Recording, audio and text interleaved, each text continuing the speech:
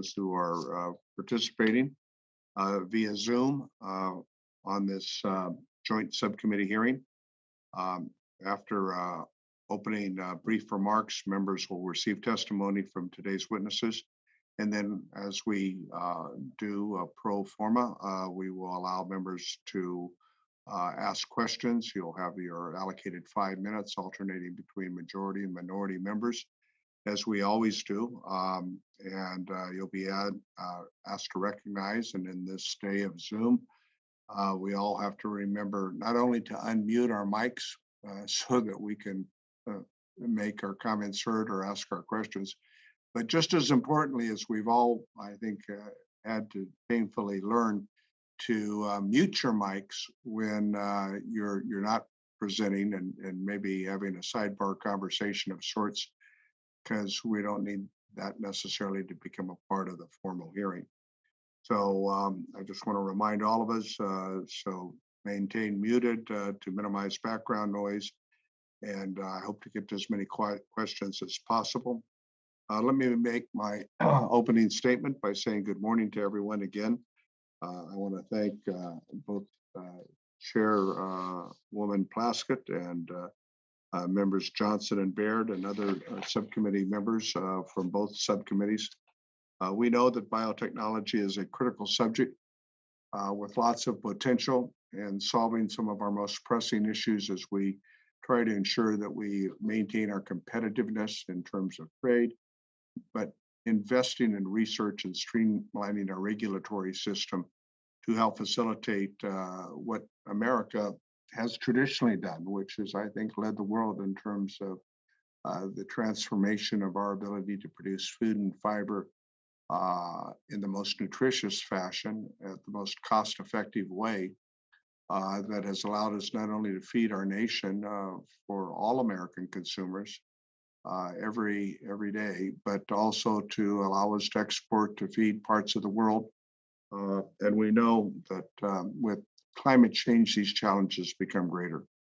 And I like to hearken back to, we're talking a lot about infrastructure here the last several months and how we invest in America's infrastructure.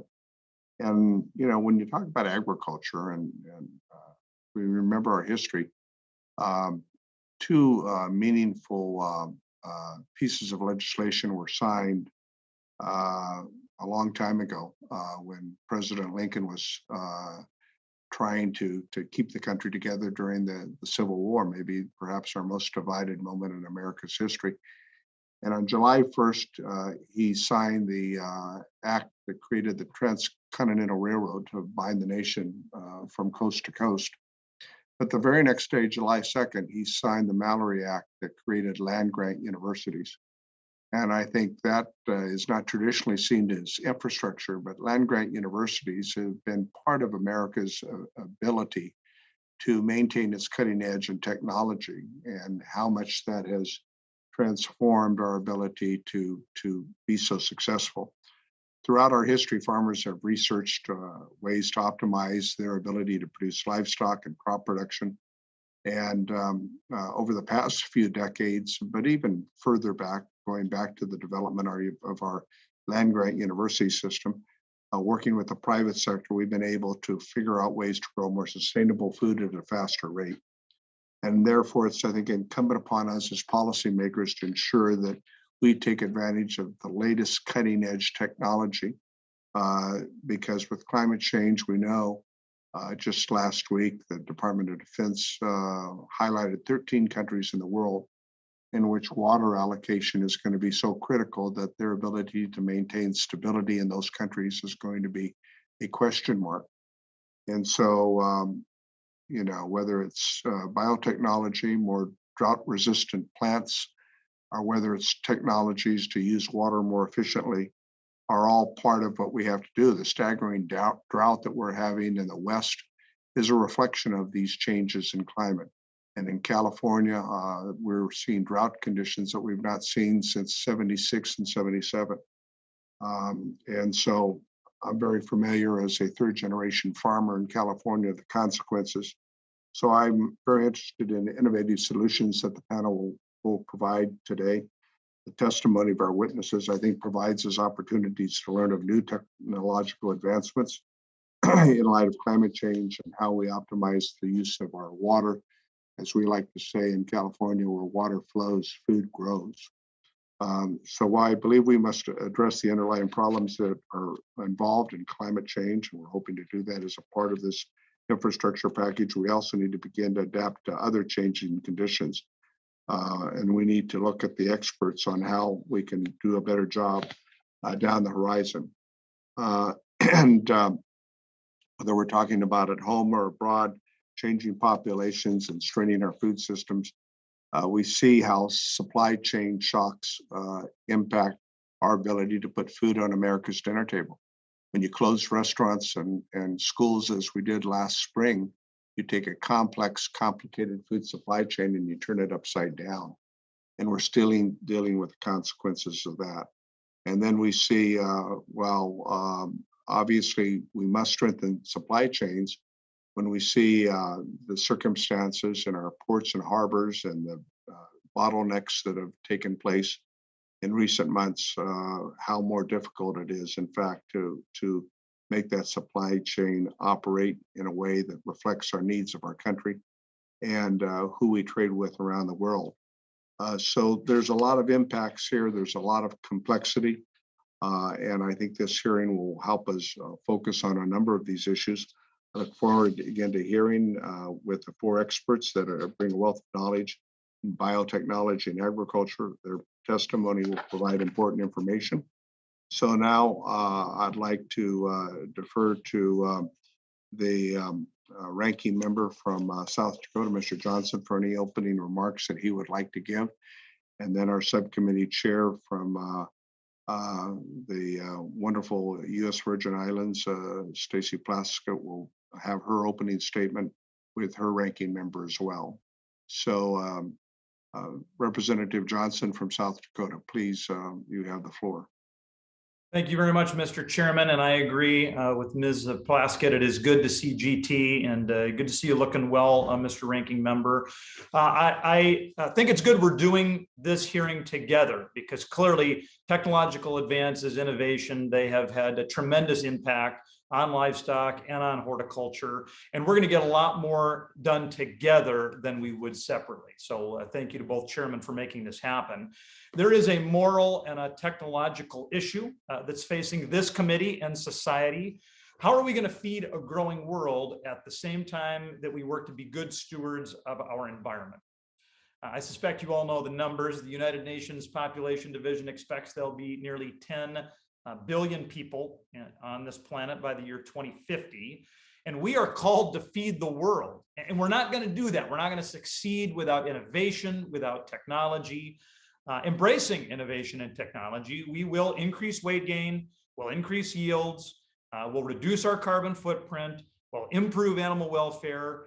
And again, we're only going to do these things by embracing ingenuity, progress, and innovation. And agriculture has a positive story to tell.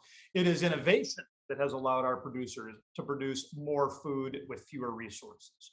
And certainly livestock producers in South Dakota and elsewhere have been doing that by adopting things like genetically enhanced EPDs, IVF and embryo transfer, as well as extensive artificial insemination to increase profitability and the efficiency of the genetics, which are so critically important.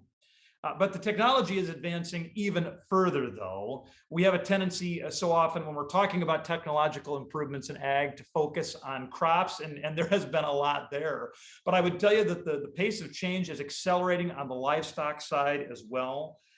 From disease-resistant pigs to polled Holstein cattle, these innovations have the potential to vastly improve the production landscape. So I look forward to hearing from our panel on what is and what is not working with our current laws and regulations. For example, where we stand on efforts like the implementation of bioengineering food disclosure standard, and views on how the coordinated framework can and should be applied to GE livestock and any other evolving regulatory hurdles. Making progress on these issues will also require an international approach. And Madam Chairman and Mr. Chairman, as I close, let's just be frank. there are too many in this world who cast doubts on science as a tool. And they actively lobby international institutions to adopt their anti-innovation agenda. And I look forward to working with this committee in a bipartisan way to ensure that the United States maintains a science-driven regulatory system and that we actively advocate that position abroad. That's going to mean a lot of consumer education. It's also going to mean working through trade agreements and relationships so that we can maintain internationally a predictability on standards that our producers need to feed the world and be good stewards of the environment. So with that, Mr. Chairman, I look forward to working with you and all others on the committee on these issues. Thank you, and I yield back. Well, I thank the gentleman, and I couldn't agree with you more. I think that a strong science-based regulatory framework is what we need to do to have an international standard that we can all comply with. I think phytosanitary standards, not only in this country, but around the world, need to be shared and respected. But I feel that way on all bases. I think public health needs to be science-based as well. And I just get very frustrated when I see some people ignoring the importance and the success that science has allowed us to make such important progress on. Having said that, I am so excited to have our subcommittee chair, Ms. Plaskett from the U.S. Virgin Islands, who's I've had the pleasure to work with over the years, and she chairs the Biotechnology, Horticulture, and Research Subcommittee for opening remarks that I know that she has. And Ms. Plaskett, the floor is yours. Thank you, Mr. Chairman. This looks to be a very informative hearing today as we discuss the advancements and application, excuse me, of agricultural biotechnology. Thank you, Mr. Costa, Chair of the Subcommittee on Livestock and Foreign Agriculture Subcommittee, for your in convening this hearing and sharing your expertise. This sort of collaboration will help us all, excuse me, all view our work on the Agriculture Committee through a broader lens and facilitate more holistic conversations as we look ahead to the next Farm Bill. Today's hearing will be an opportunity for members to learn and evaluate the regulatory framework of agriculture biotechnology and engage with experts in plant and animal agricultural innovation. I look forward to hearing updates on innovation coming down the pipeline, as well as what we on the Agriculture Committee can be doing to ensure these innovations are getting into the right hands to produce more resilient food supply and generate opportunities in our agriculture communities. I would like to highlight the exciting research that's going on in my district in the University of the Virgin Islands Agricultural Experiment Station and working on phytobiotechnology research in traditional Caribbean crops such as papaya, passion fruit, pineapple, cassava, sweet potato varieties, and more. This important research is working to develop varieties of crops that are disease resistant, better adapted to local soil types, and provide a multiple of other benefits. I would also like to, at this time, submit for unanimous consent the following letter by the Agricultural Stakeholders Community for the record. Hearing no opposition, the information will deem accepted. Thank you. Again, I look forward to having an informative and productive dialogue today and to working with the chair and both ranking members here as we continue this discussion. With that, Mr. Chairman, I yield back. Thank you very much, Subcommittee Chair, for those insightful comments. I share your enthusiasm for this morning's two subcommittee hearings, joint hearings, I should say. Mr. Baer, you're recognized for any opening remarks you'd like to give. Well, good morning. And I want to thank you, Mr. Chairman and Chairwoman Plaskett, for calling this hearing today. I appreciate our friends from the Livestock and Foreign Agriculture Subcommittee for also joining us for this discussion.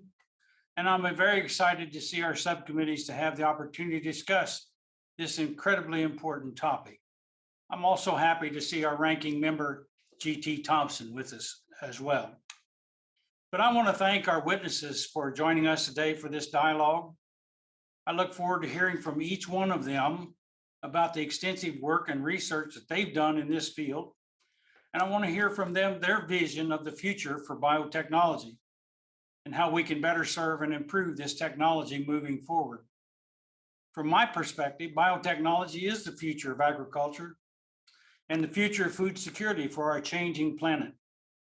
It has the ability to reshape the direction of our industry and our world as we strive to advance the sustainability of agriculture, improve animal health and well-being, and plays a role in all the efforts to feed, clothe, and fuel our ever-changing planet. However, this can only be the case if we are able to take advantage of this technology and allow innovation to happen. At the present time, I don't think our regulatory system is keeping up with the technology of the products that are being developed from this industry.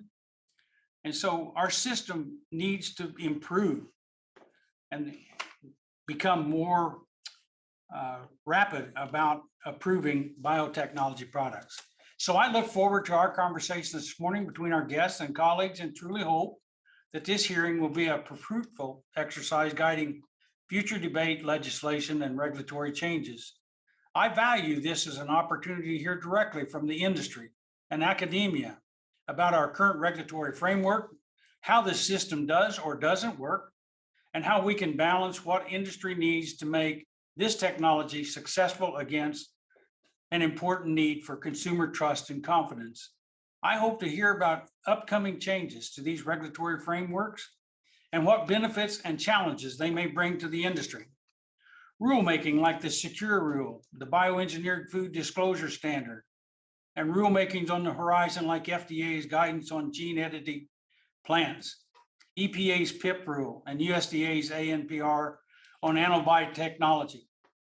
That Ms. Plaskett and I recently sent a letter to USDA encouraging all of those involved to take advantage of this tremendous opportunity to shape the industry. And I look forward to hearing directly from our stakeholders to what extent we can take advantage of this technology. So far, in the commercial life of these products, interagency cooperation has had a tremendous impact on the success or lack thereof for biotech products.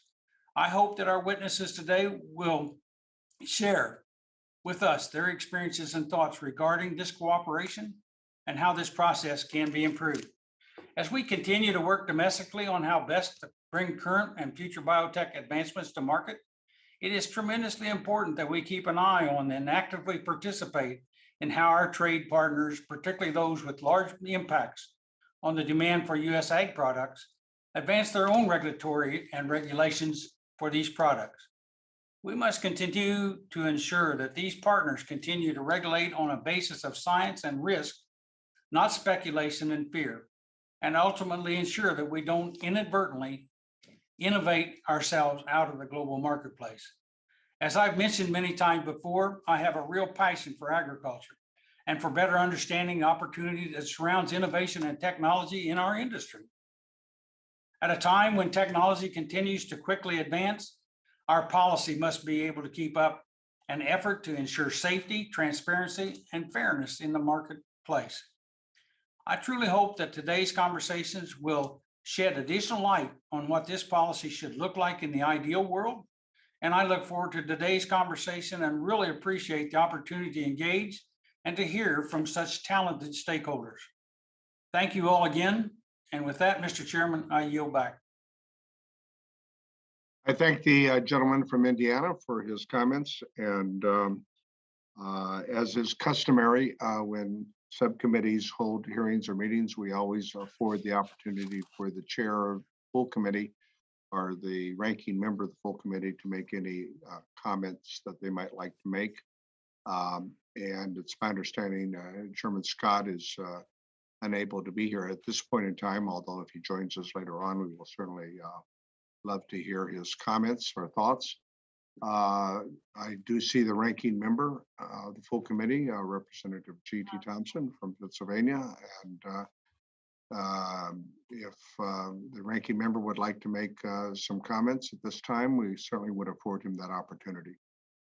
Well, Chairman, thank you so much. Thank you for this hearing. First of all, just thank you for all the well wishes, thoughts, prayers, the text. It's great to work with such a great farm team that works hard for the best interests of quite frankly, of rural America, and those folks that work so hard each and every day to provide us our food, our fiber, our building resources, and our energy. Thank you to you, Chairman Costa, Chairwoman Plaskett, Ranking Member Johnson, and Ranking Member Baird for holding a hearing on this exciting topic. I will say, Chairwoman Plaskett, you made me hungry when you're going down that list of great agriculture products that you all produce. So good stuff. And I want to say thank you to our distinguished panel of witnesses for agreeing to participate and share your expertise. If appropriately embraced, agriculture biotechnology holds tremendous promise for addressing many of the challenges facing our nation, and namely the challenge of sustainably feeding a rapidly growing population. We all know this, and this hearing is important because it puts it on record. American agriculture is about science, technology, and innovation. That's what it always has been since those very first early days settlers who, and yes, it was crude, it was rudimentary, and the reason to do it was just so their family could live through another season. But today it's so much more sophisticated, and if embraced, so much more that we can do with it. I look forward to hearing from each of you about the promising advancements on the horizon that will help us achieve that goal. I also look forward to your perspectives on any hurdles that may be getting in our way, whether that be cumbersome regulation, conflicting international standards, a lack of consumer knowledge and acceptance of technologies, or quite frankly, government bureaucracy that is resistant to adapting this science, technology, and innovation. The United States has long been a leader in agriculture innovation, and to maintain that competitive edge, it is important that our nation's policies don't inadvertently hamper innovation domestically and ultimately drive that important work overseas. Now, thankfully, the modernization of the regulatory framework for biotechnology has been a bipartisan effort spanning multiple administrations, multiple generations. And I am very pleased with the progress made under the Trump administration, from the executive order regarding agriculture biotechnology products, the USDA's secure rule, updating plant technology regulations for the first time in 30 years, to the advance notice of proposed rulemaking on much needed reforms to the regulation of genetically engineered animals. I remain hopeful the current administration will continue listening to the needs of the agriculture community as it works to build off that important work. Now, again, thank you all for being here. I look forward to today's conversation. With that, I yield back. Well, we thank the gentleman from Pennsylvania and wish you a quick recovery and hope to see you next week. And with those opening statements concluded, we now move into the real purpose of the hearing, and that's to listen to some of the distinguished guests that we have who are experts in their field. We have 4 witnesses on the panel this morning, and we want to thank them for their time and their efforts to provide their presentation to the 2 subcommittees. Let us begin with our first witness, Dr. Vanley Chao, who is the Vice President of Scientific Affairs and Policy for the American Seed and Trade Association. Remember to keep your mics muted, my fellow colleagues, because it works a lot better that way unless you're recognized. So without further ado, Dr. Vanley Chao, we look forward to hearing your comments this morning. And you have 5 minutes, and the clock will begin on your opening statement. Thank you. Good morning, Chairwoman Plaskett, Chairman Costa, Ranking Member Thompson, Ranking Member Bard, and Ranking Member Johnson, and the members of the subcommittee. I am so pleased to be here representing ASTA's nearly 700 member companies at today's hearing. Our members produce everything from grass and turf seed to row crop seed to vegetable and ornamental seed to true potato seed for conventional, genetic engineered, and organic seed markets. ASTA has been around since 1883. So as we consider the current advances in agricultural biotechnology and look forward to the applications in the 21st century, I think it's worthwhile to reflect on the common thread that runs from 1883 to now. And that common thread is plant breeding. So plant breeding has been around since our ancestors domesticated crops. But in the last several decades, plant scientists and plant breeders have accumulated an impressive collection of tools to unlock the genetic potential of plant crops. And using these tools, we have safely and reliably introduced into the food system hundreds of thousands of new plant varieties over the last century. In the 21st century, we are all facing critical challenges to our agricultural food system: climate change, a rapidly growing global population, environmental degradation. The need for new, improved plant variety is more pressing than ever. But thankfully, plant breeders have an unprecedented number of tools to drive solutions. The most exciting of late is gene editing. So in agriculture, gene editing is an enabling tool. It supports rather than supplants the fundamentals of plant breeding. It enables our plant breeders to leverage the decades of accumulated scientific discoveries and understanding of plant genetics to increase the accuracy, the precision, and the efficiency of plant breeding. Gene editing is being used across all crops, including specialty crops, and by breeding programs of all sizes, including public universities and small companies. We're using gene editing to work within the plant's genetic family, similar what is done to what's done in conventional breeding or can occur in nature. So let me share a few examples. So non-brownie varieties are being developed for fruits and vegetables like potatoes, avocados, and lettuce. For potatoes alone, non-brownie varieties could eliminate 1.5 billion pounds of wasted potatoes. We're working on water-efficient crops from lettuce to wheat to rice. We're using gene editing to discover cover crops that can be cash crops, bringing both environmental and economic benefits.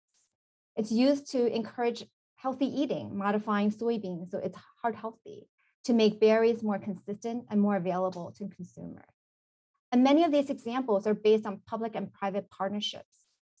But whether these examples and others like them and the tremendous benefits they can provide becomes widely available would depend in part on research investment and more notably on the policy and regulatory environment in the US and around the world. ASTA, we commend the regulatory improvement that USDA has made in its final rule for biotech regulation that was published in May 2020. That final rule recognizes the longstanding safety record associated with plant breeding and exempts certain types of plants that could have been done through conventional breeding or occur through nature. And we look forward to working with USDA to implementing the various elements of that final rule. We also appreciate the proposed rule by EPA, and we look forward to the leadership by EPA's administrator in getting that rule to the finish line. Finally, we are awaiting clarifying guidance from FDA.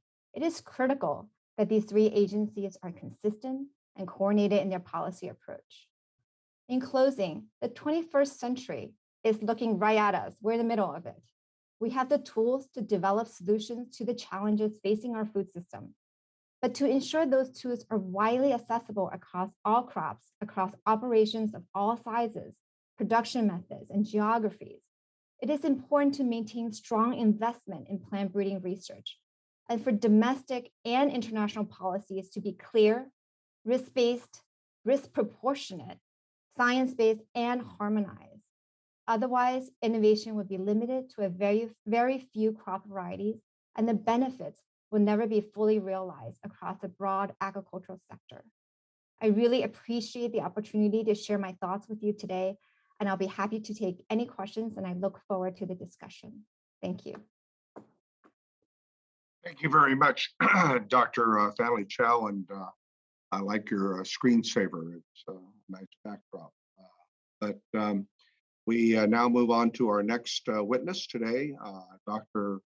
Alea, Chief Scientific Officer for Genus Plc, and Dr. Rice, please begin with your opening statement. See the time clock there. We look forward to hearing your comments. Chairman Costa, Chairwoman Plaskett, and Ranking Members Thompson, Johnson, and Baird, and members of the committee.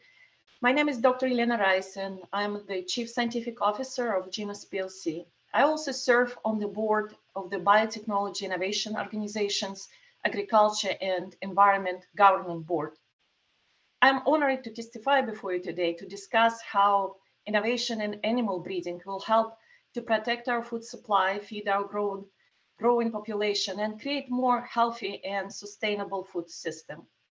Genus Plc is a world-leading animal genetics company. We're breeding better pigs and cattle so farmers can produce high-quality meat and milk more efficiently and sustainably. Genus has a long history of leadership in research, development, and delivering porcine and bovine genetics. And we apply new ideas using gene editing, reproductive biology, and other breeding technologies to improve genetics for sustainable production and healthy and disease-resistant animals. Genus's R&D and ABS, our global bovine business, have headquarters in DeForest, Wisconsin, and PIC, our global porcine business, has headquarters in Nashville, Tennessee. Our firm belief is we need more science to improve animal health and welfare and continue America's leadership in meeting global protein demand. Additionally, as climate change and zoonotic diseases present even greater risk today to animal and human health and to our economy, more science is urgently needed to find mitigating solutions. I appreciate the opportunity to appear today because the innovative work being done by Genus and others in the biotechnology and livestock industry is so critical. Due to science and technology, we see livestock genetics, along with industry practices, reducing animals' carbon footprint. For example, the amount of feed needed for a pig to build body weight has fallen by nearly 60% over the last 50 years. In dairy, 13% fewer cows today, producing 76% more milk.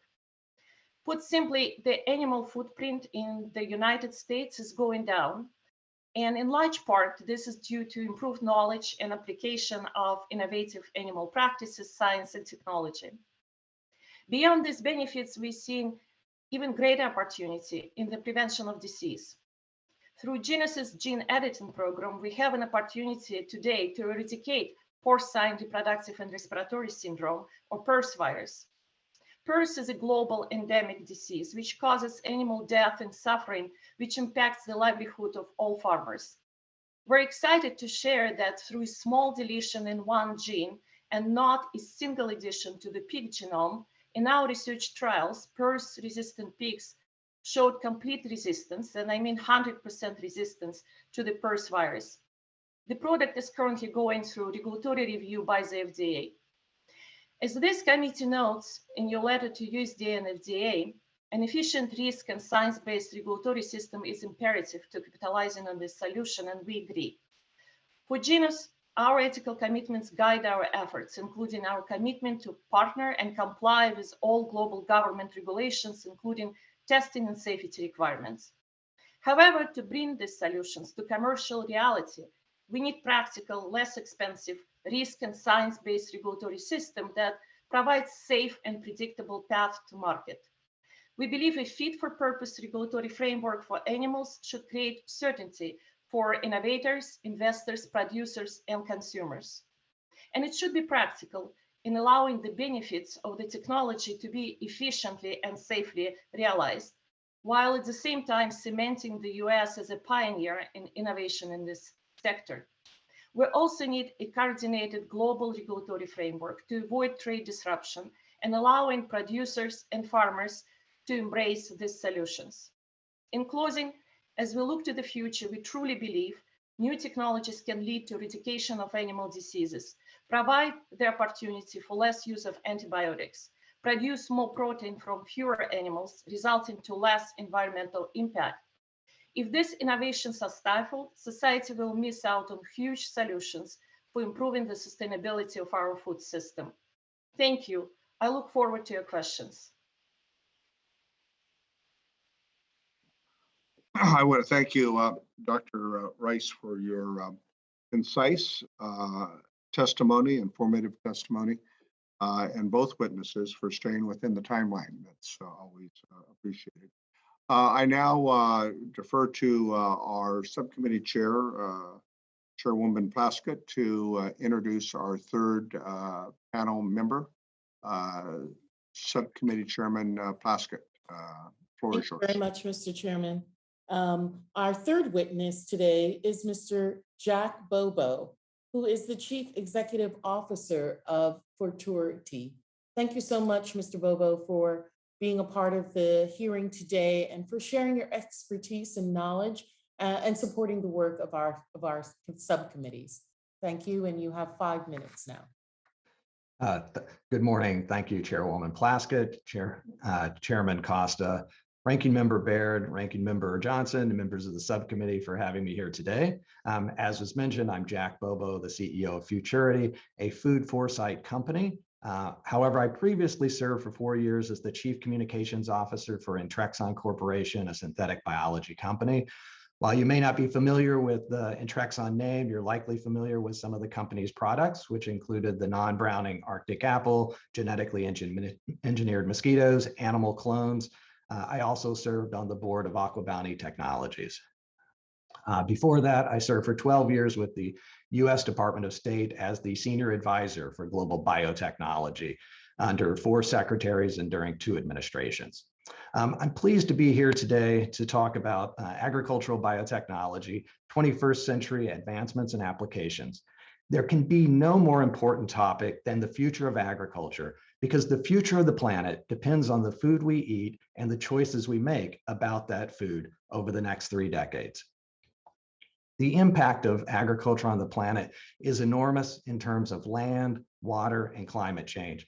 And unfortunately, as was already mentioned, things are going to get worse before they get better, because we need to produce 50 to 60% more food by the year 2050. Transforming the food system to be more sustainable and resilient provides one of the best opportunities to make change for the better. My remarks here today focus on agricultural biotechnology in contributing to a more sustainable, just, and nutritious future, not because it is a silver bullet, but because it's an important tool. Let me share a couple of examples. The most popular fruit in the world today is the banana. However, the most common variety, the Cavendish, is at risk of extinction from plant disease.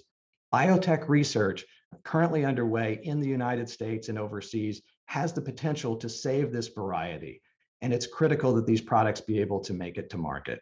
They also have impacts on smallholder farmers around the world.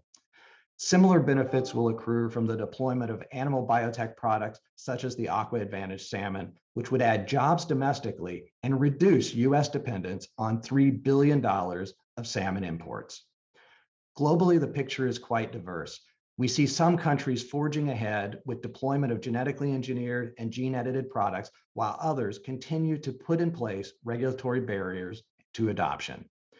In Asia, Japan has traditionally taken a cautious approach to ag biotech. However, the country took a great leap forward this year with the placing on the market of the first plant and animal gene-edited products, a tomato with a healthier nutrient profile and a meatier fish. Japanese regulations allow such products to be marketed without the regulatory hoops required of a genetically engineered food product, though they must be registered with the Ministry of Health. Unfortunately, consumer acceptance of ag biotech continues to lag behind the global consensus among regulators in the safety of products currently on the market, as well as confidence in the technology from the scientific community. The United States has long held a comfortable lead in the development and application of new biotech products, but that leadership is now in doubt. This can be seen in the recent advances in Japan in the case of gene editing.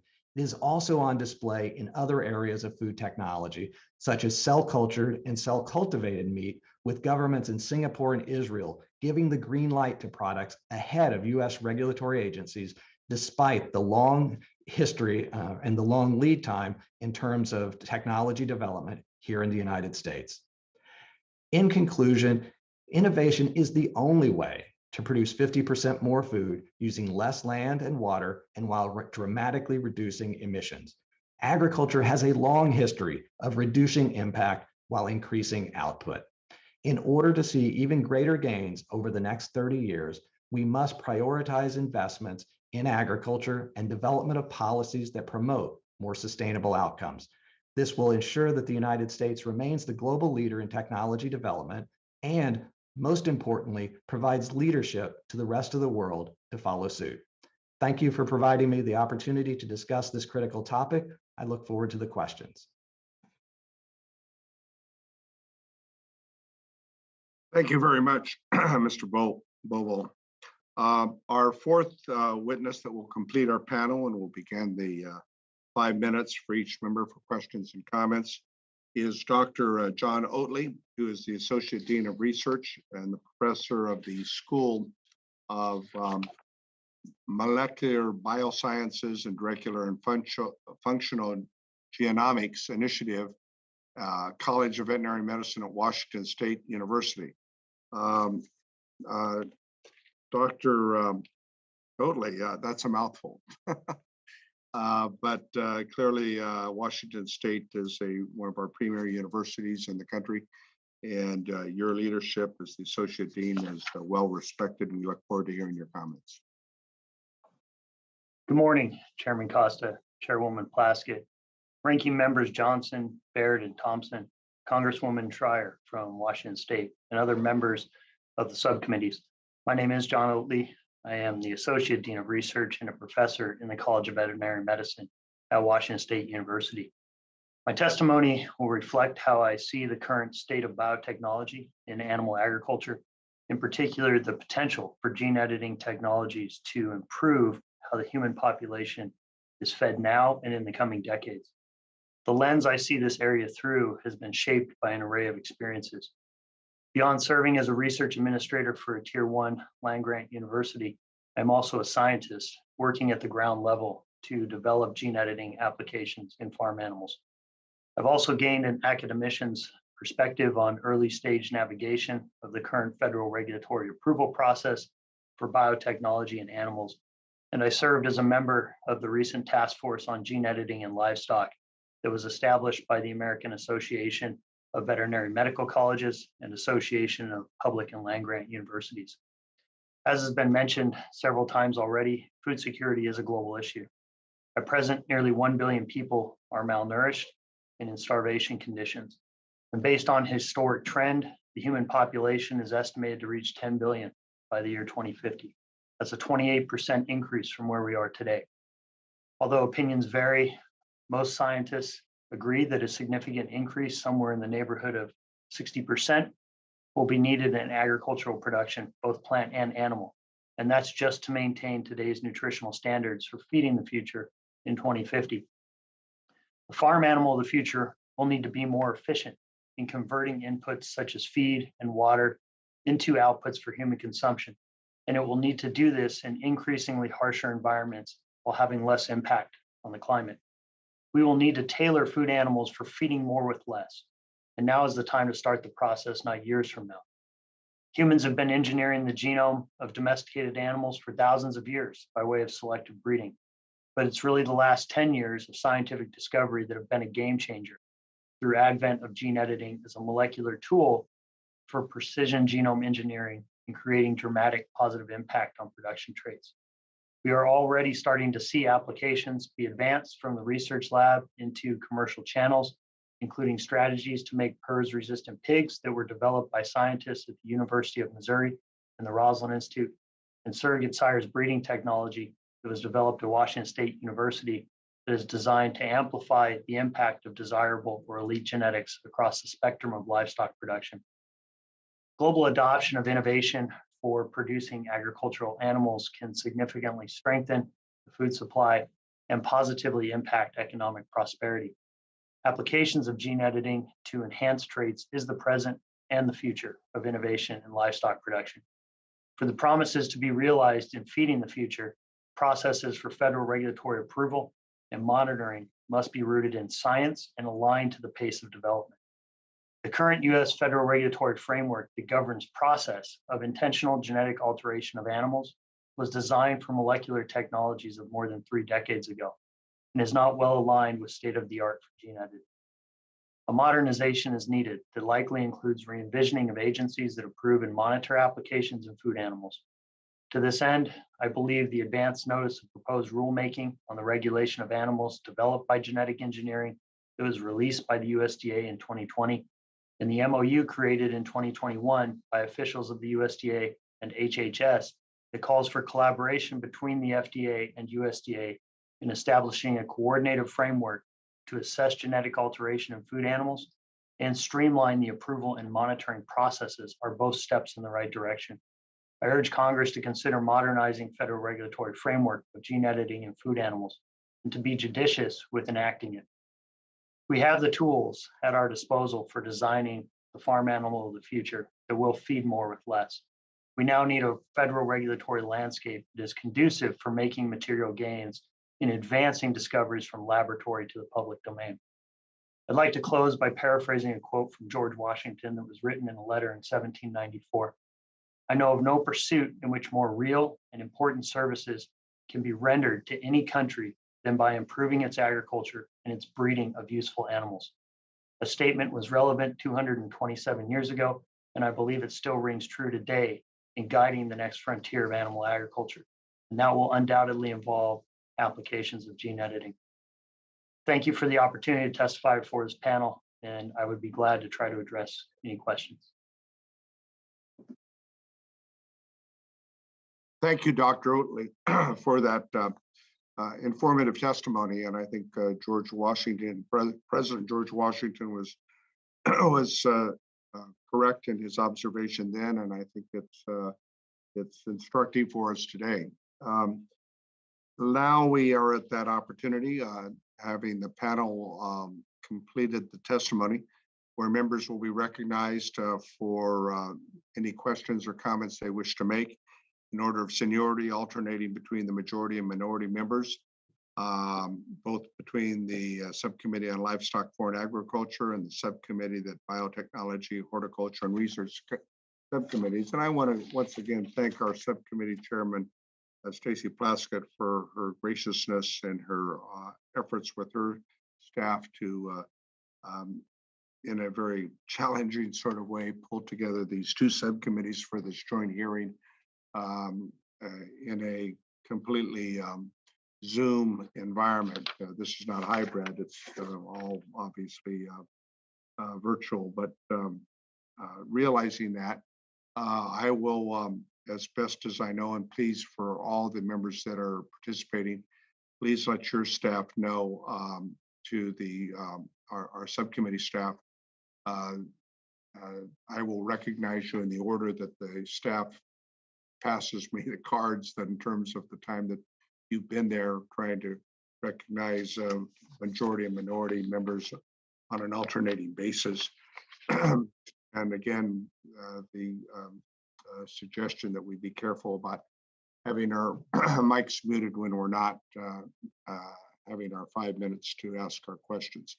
With that said, I will recognize myself for 5 minutes, and let me begin. Mr. Bobo, you talked about how biotechnology can help solve environmental problems. In my home state of California, with a strong environmental ethic, we've seen the challenges both in droughts and fires. As a matter of fact, we say we don't no longer have a fire season, we have a fire year. What can be done to help improve crops, given the extreme drought conditions we're facing in the West and other parts of the world? Would you please comment? Yes, I will. And I'm sure that Dr. Chao has a lot to say on this as well. But I think certainly drought tolerance is something that, we need to begin breeding in. Well, we have been breeding in, but needs to be more of a focus. We need to not ensure that it doesn't have any kind of a yield drag, because it's not enough that we're able to create crops that are good when years are bad, but they also have to more with less, right? Yes, and they have to be able to perform when conditions are good as well under the drought conditions. And so I think that there needs to be an effort on that, but also in terms of, it's not just the biotechnology, but it's also in the agricultural practices to ensure low minimal drip and irrigation and other things. So it's going to be a combination. And we've done a lot of that in many parts of American agriculture. Dr. Chao, do you have anything to add to that? Sure. I was just in California a few weeks ago and just talked to some of the farmers on the ground. I think, from our perspective at ASTA, seed is one thing you cannot replace, right? No matter whether you are going to have better fertilizers or better water use, you have to start with the seed. So for the genetics of that seed to be able to germinate under drought conditions or under less water conditions is super important. And once that seed germinates in a plant, how it uses water efficiently is very, very important. There's lots of research that's happening at UC Davis on lettuce, which is grown very widely in California, and which I think every single one of us probably eats every day, or if we don't, we should. So I think there's a lot of research in that. There's drought-resistant wheat research been working on, and rice.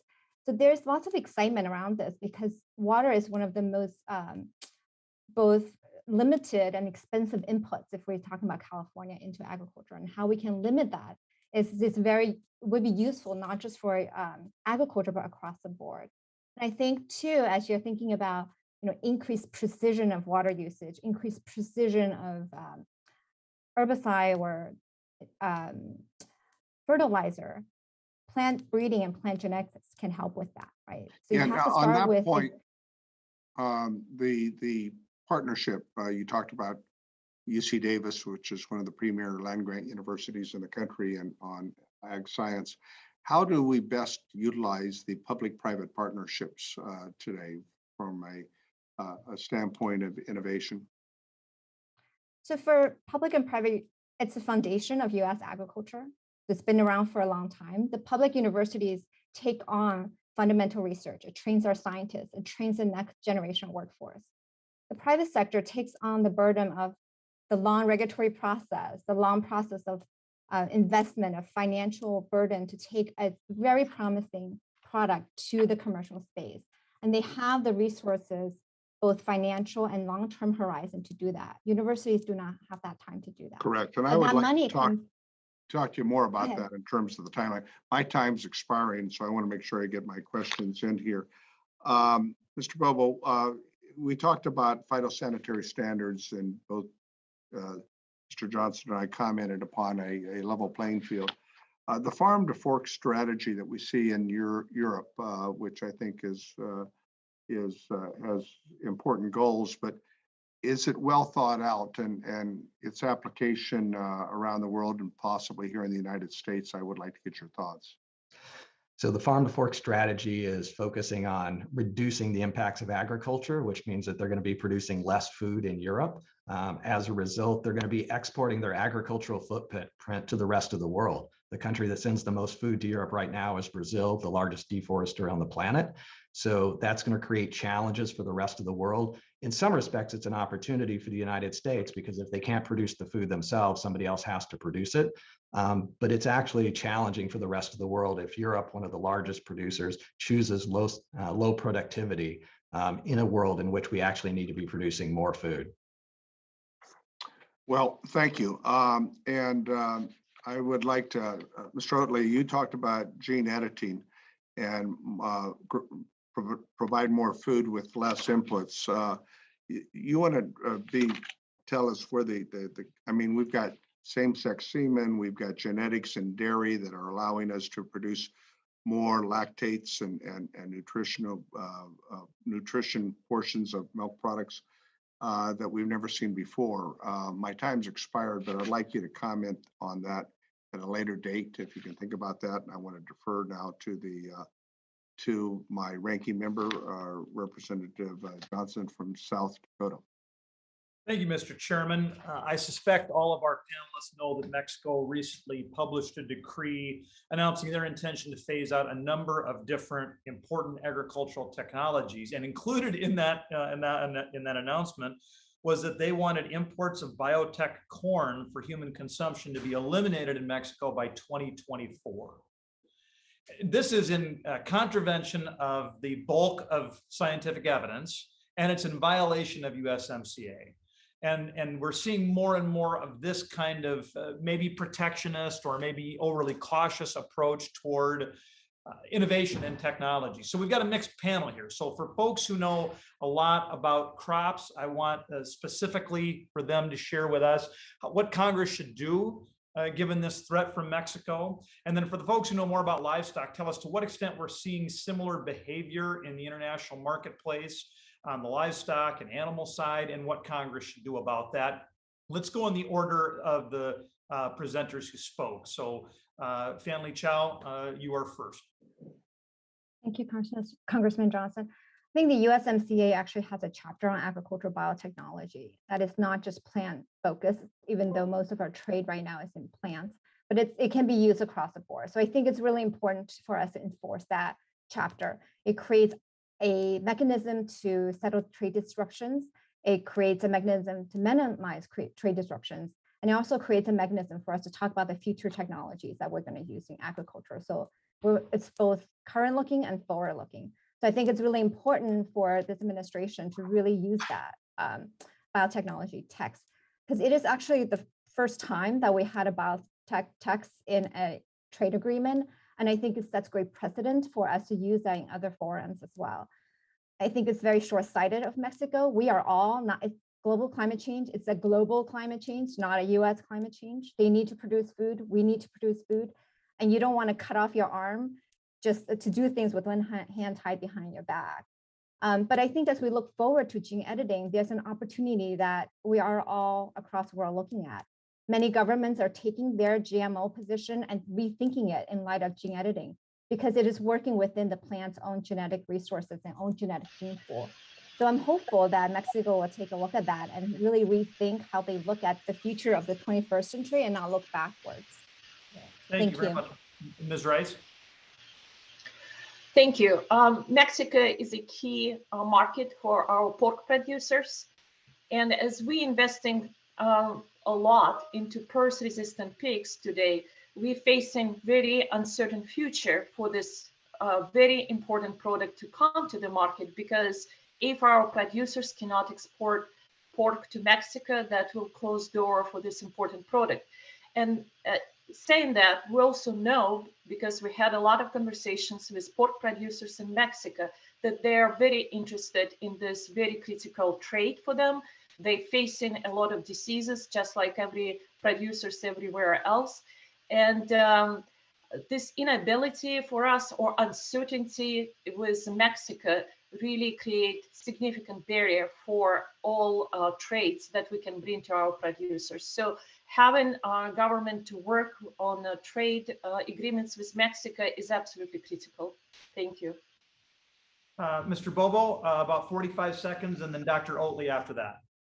Sure. Dr. Chao already spoke to the regulatory aspects. I think I would just add that there's also the human impact on in terms of food security. This is going to dramatically increase the cost of food in Mexico. But it also, there aren't a lot of other markets for that corn that are not biotech. And so if they're going to produce dramatically more corn in Mexico, it's going to be with more modern varieties, which is going to eliminate a lot of the land races that are in Mexico, which are traditional. And so it's actually going to have an impact on sort of the global center of biodiversity for maize to move in this direction. So there's both an environmental impact, a long-term consequence of food security, and current hunger that I think we'll see, rise out of this decision. Thank you. Dr. Oatley. I agree with everything that's been said so far. I just want to reiterate one point, and that's on the animal side, at least. A lot of the gene editing changes that are being made to the genome of animals can and likely do arise in nature at some level. And I think that needs to be taken into account when we're talking about regulation of trade of animal biotechnology products amongst countries. Yeah, I think that's all very well said. Thank you to the panelists. And this is a serious threat, and we want to work with the global community to make sure we get this right. Too much is at stake environmentally. Too much is at stake from a hunger perspective. We need American leadership more now than ever. Thank you, Mr. Chairman, and I yield back.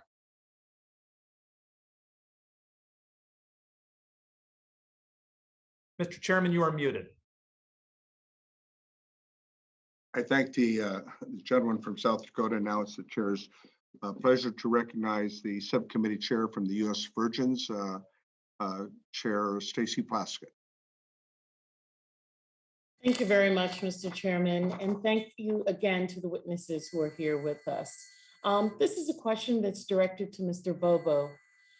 Just want to know, are there reasons to be cautious or to be optimistic in using agricultural biotechnology as a tool to advance climate change adaptation and mitigation in plant and animal agriculture. Just want to know your thoughts on this topic. Well, in terms of the science, I'm actually dramatically hopeful. If we were farming today with 1960s technology, we would need 1 billion additional hectares of land in order to produce the food we do, which is more than a quarter of all the forest on the planet. So innovation has saved more forest than it had, and then agriculture has led to the destruction of.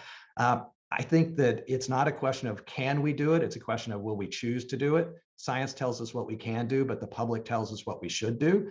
And therefore, it's critical that there's transparency and engagement with the public so that they have trust in the companies that are developing these technologies so they will allow us to bring them to market. Thank you. You talk about these, what science is doing and the research and the work that is really advancing at a rapid rate. Does the US regulatory system guide or inhibit innovation in agricultural biotechnology? And what improvements, if any, should there be made to support innovation while at the same time reacting to positively and responsibly to the concerns of people as well? And that's for any of the witnesses. Yeah, I can begin. Certainly, I think the US regulatory system is recognized around the world as being a leader. However, I do think that we need to ensure that the level of regulation is consistent with the threat that's actually there or the risk that's there. And with many of these technologies, the risk is not actually much higher than with traditional breeding. In many cases, it's exactly the same or even less. And so we need to ensure that there's that balance between actual risk. And then there are trade-offs between the choices that we make. If we choose not to apply these technologies, then we will be living with the consequences of increased climate change, increased hunger, and other things. And so we really need to keep those in check. And finally, the United States could be doing a lot more. Much of this has to come down to political will. That the regulations, if there's political will, you can move more quickly. Europe's regulations are not all that different than the United States. There's just a lack of political will that allows products to come out the other end of the regulatory system. Thank you. Are there anything, Mr. Oatley, Ms. Chao, that you'd like to add? Yeah, I'd like to add that the federal regulatory framework that exists now is not necessarily a hindrance. It's just it was created for technologies that were developed several decades ago. And gene editing is quite different than conventional transgenesis that uses recombinant DNA. And so I think a modernization is needed in order to speed up process for assessment as well as monitoring.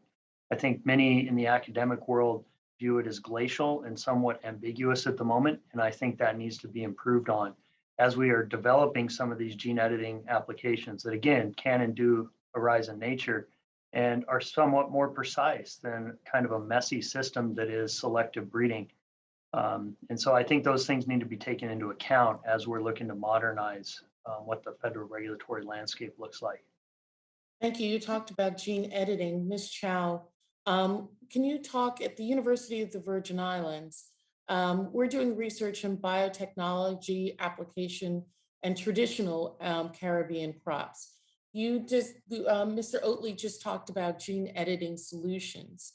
Are any emerging technology or gene editing solutions related to staple or specialty crops like these? Is any of that work being done that you're aware of? Yeah, so this is the exciting thing about gene editing in plants is that it's applicable across all crop varieties. So there's lots of work happening in fruits and vegetables, in cassava, in African countries, because it's a subsistence, sorry, can't say that word, crop. And I think that's the excitement. I was a research scientist, and the speed of science seems really fast, but it's quite slow. I'm sure Dr. Oatley has been working on his project for years and years. And gene editing and plant breeding has been occurring for years and years. So the speed of regulation seems to be even slower. And we need to kind of speed that up a little bit so that, as the science advancements are getting ready to commercialization, that the regulatory processes are there to meet it. Thank you. Thank you so much. My time is expired. I want to thank you, my fellow chair, for this opportunity. And, as I'm hearing these questions and these answers, yes, there's regulatory work that we need to do on our end, but we really do rely on all of you as witnesses and the industry to make it the information that you're doing, the gene editing, palatable and such that the layman can understand, so that our constituency and others are not afraid of what's happening, that they have comfort in the work that you're doing that will then give us some leeway to be able to support your work as well. Thank you. I thank the chairwoman, and I think your point is well taken. And in my own conversations with our counterparts within the European Union and members of the European Parliament, I think that creating the trust factor as we try to meet the demands of a growing world population, and understanding that without biotechnology and food and plant science, animal science, that we're not going to be able to do this. And we already know that we have almost 1 billion people that are malnutritioned and in need of good food. So it's a challenge, and you're correct to point this out. It's more work that we need to do with both subcommittees, I believe. Our next witness, our next committee member to be recognized is the ranking member, Mr. Baird, who from Indiana, and you'll be recognized for 5 minutes. Thank you, Mr. Chairman. I really appreciate you having such knowledgeable witnesses testifying today, and I really enjoy these kinds of committee meetings. But I'm going to start with Dr. Rice because I'm excited about the work you're doing with PRRS resistant pigs through the gene editing. And I'm only going to select this one just because I think it has an impact not only on producers, but it has an impact on consumers. So it's just one example of what we can do to help promote disease resistance. And so PRRS is a threat to hog farmers of all sizes. The disease attacks the pigs' reproductive and respiratory systems, and it makes it difficult for them to breathe and as well as to give birth. And it can devastate an entire herd of 1,000 pigs in just 2 short months.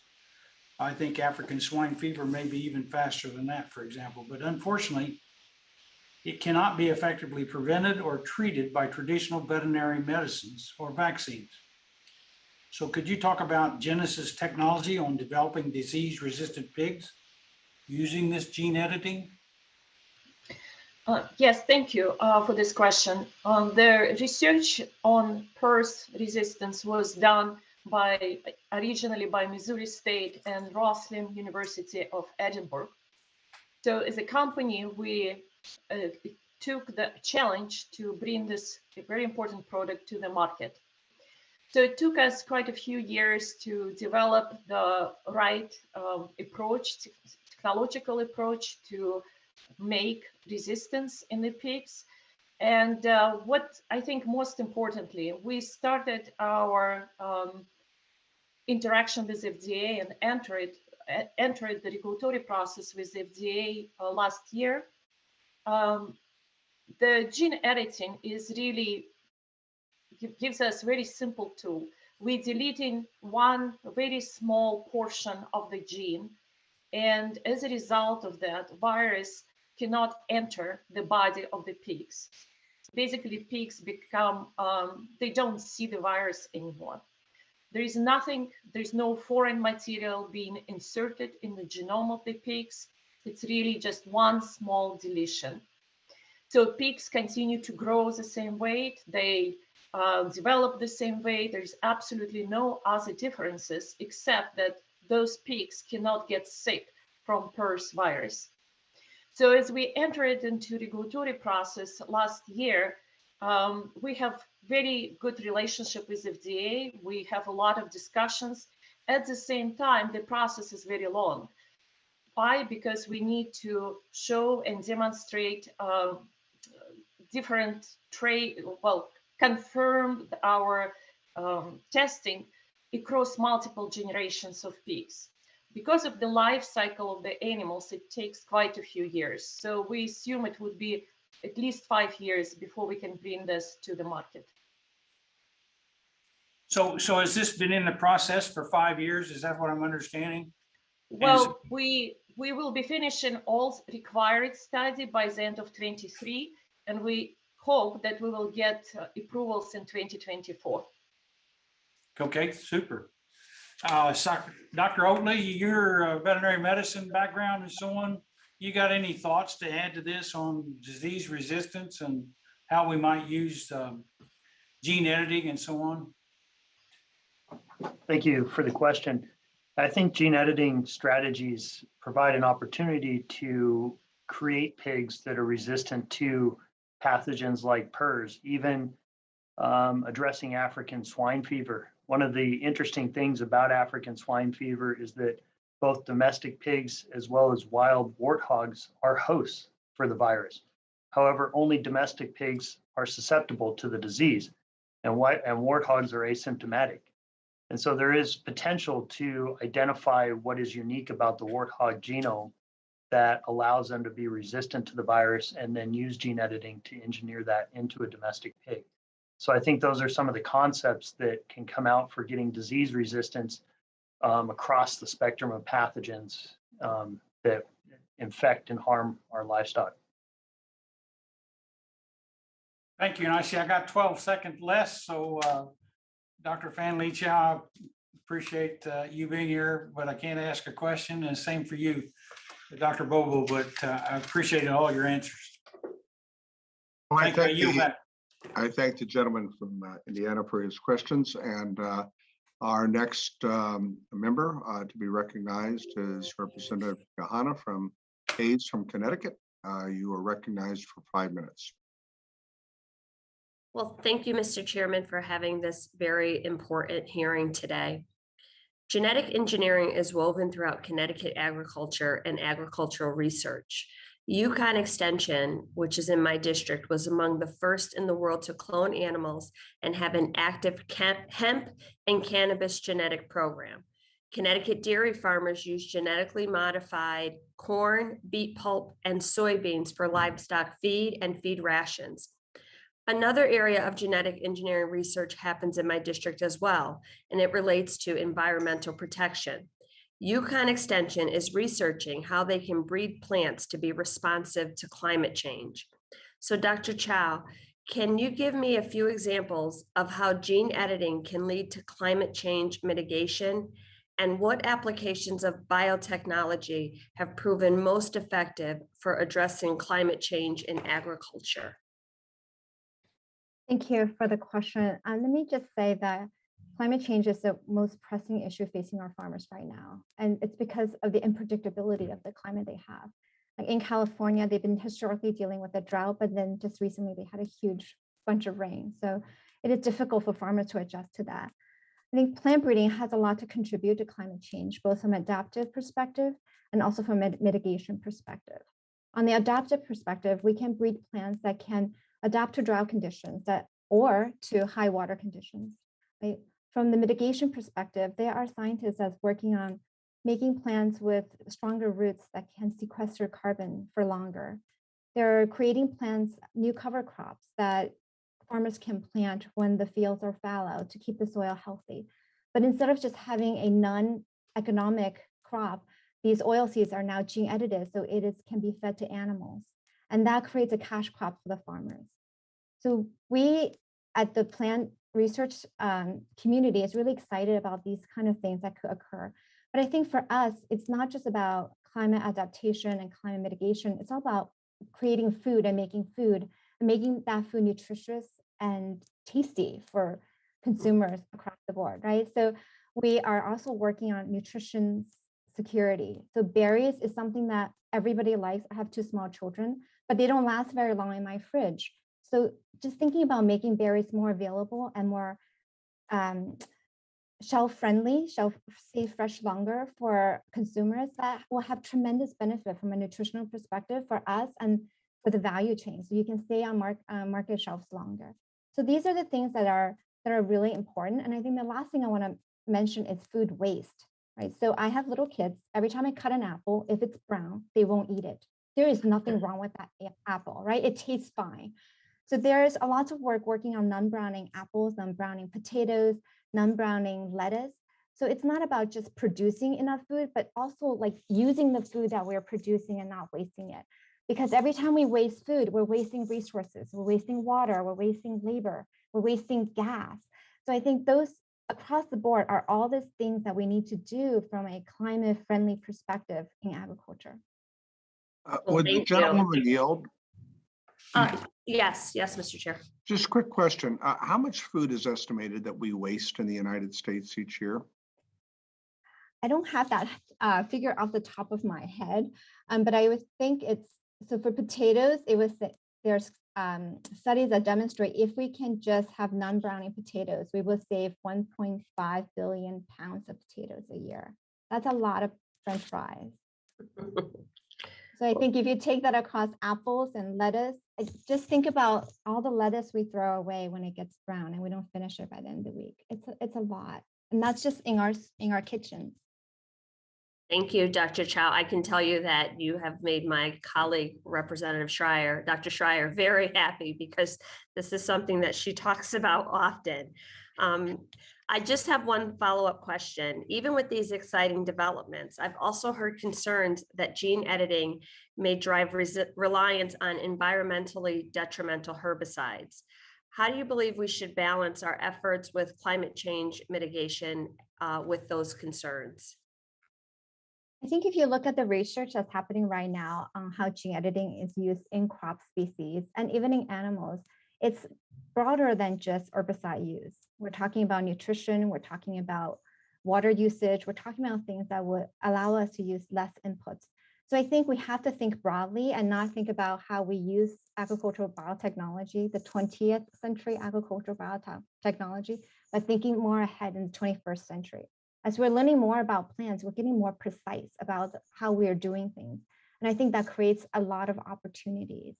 So at ASTA, we actually have a website called Innovature that talks about food. It doesn't talk about agriculture, it talks about food and how plant breeding impacts our lives, both from an environmental perspective, but a health perspective.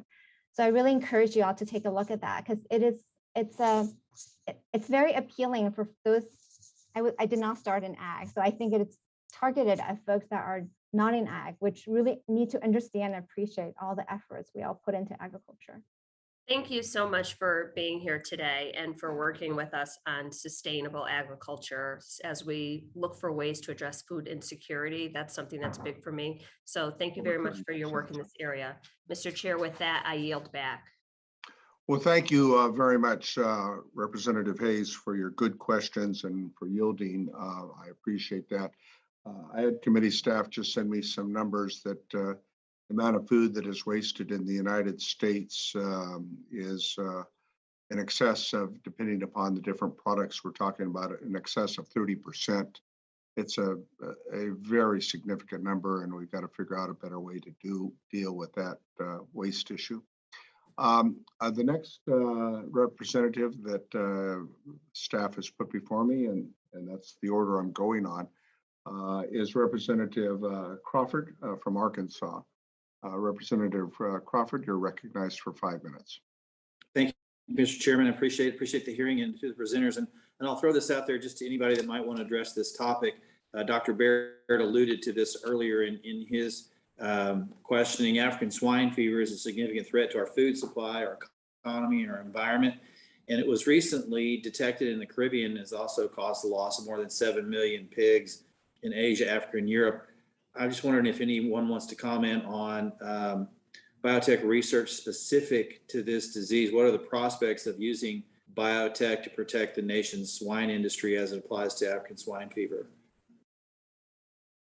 As I mentioned to Mr. Baird about the warthog being a host for the virus, but resistant to the virus, whereas the domestic pig is susceptible to the virus. There's been some research in trying to understand what is unique about the warthog that allows it to be resistant and hopefully find the genetics that drive that trait and engineer that using gene editing into domestic pigs. I think it's at the very beginning stages of concept from a research and development standpoint, but I think applications like that hold great promise for us to be able to address big problems like African swine fever. What about biotech that can be used to develop, I guess, reduce the need for antibiotics? Antibiotics are continue to be a controversial topic as it applies to animal agriculture. Any comments on that? Yeah, I can comment on that as well. We heard about gene-edited pigs that are resistant to porcine reproduction and respiratory syndrome virus. And I think those are likely closest to the public domain. If those were in a production setting, there would be less use of antibiotics. Another example is gene editing strategies to make cattle resistant to bovine respiratory disease, one of the major disease problems in feedlot cattle. Considering that one of the causative agents of the disease is bovine coronavirus, I think that studying a disease like bovine respiratory disease and the viruses that cause it and devising ways to make cattle resistant to it we'd surely learn more about coronaviruses in general. And that may be a public win for solving COVID-19 or future pandemics as well. So somewhat related to antibiotic use, but studying disease resistance in livestock, I think, can be a win-win for the public. And research going on addressing BSE and FMD and others?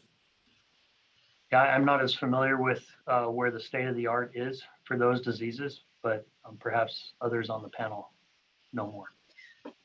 Yeah, I can add a few words here. So there is research that we proactively engage in and on, for example, such diseases as influenza, as well as ASF, and in cattle BRD. And all these diseases, the biggest problem that producers have to treat sick animals, and very often antibiotics used as a preventive measure from secondary effects that caused by the virus. So it's not directed at the virus, but more on the secondary effects. We showed in our research on PRRS, if we can prevent the key reason for animal gets sick, being infected by virus, then the use of antibiotics in general will significantly go down. Let me switch gears a little bit. I'm concerned about China and Mexico not fulfilling their biotech trade obligations under the China Phase 1 agreement and USMCA respectively. And quite frankly, I have some questions on whether the administration is doing anything to address the problem. But I'm just wondering what impacts this might have, this flagrant disregard for established trade obligations, what impacts that might have on future research and development in the biotechnology space. Congressman Crawford, if you allow me, I think for the research Sure. research space, we're going to go on doing research. Science is going to move on in the U.S., but from a trade perspective, it has a huge chilling effect. And the seed industry is global in nature. We talk about seed movement.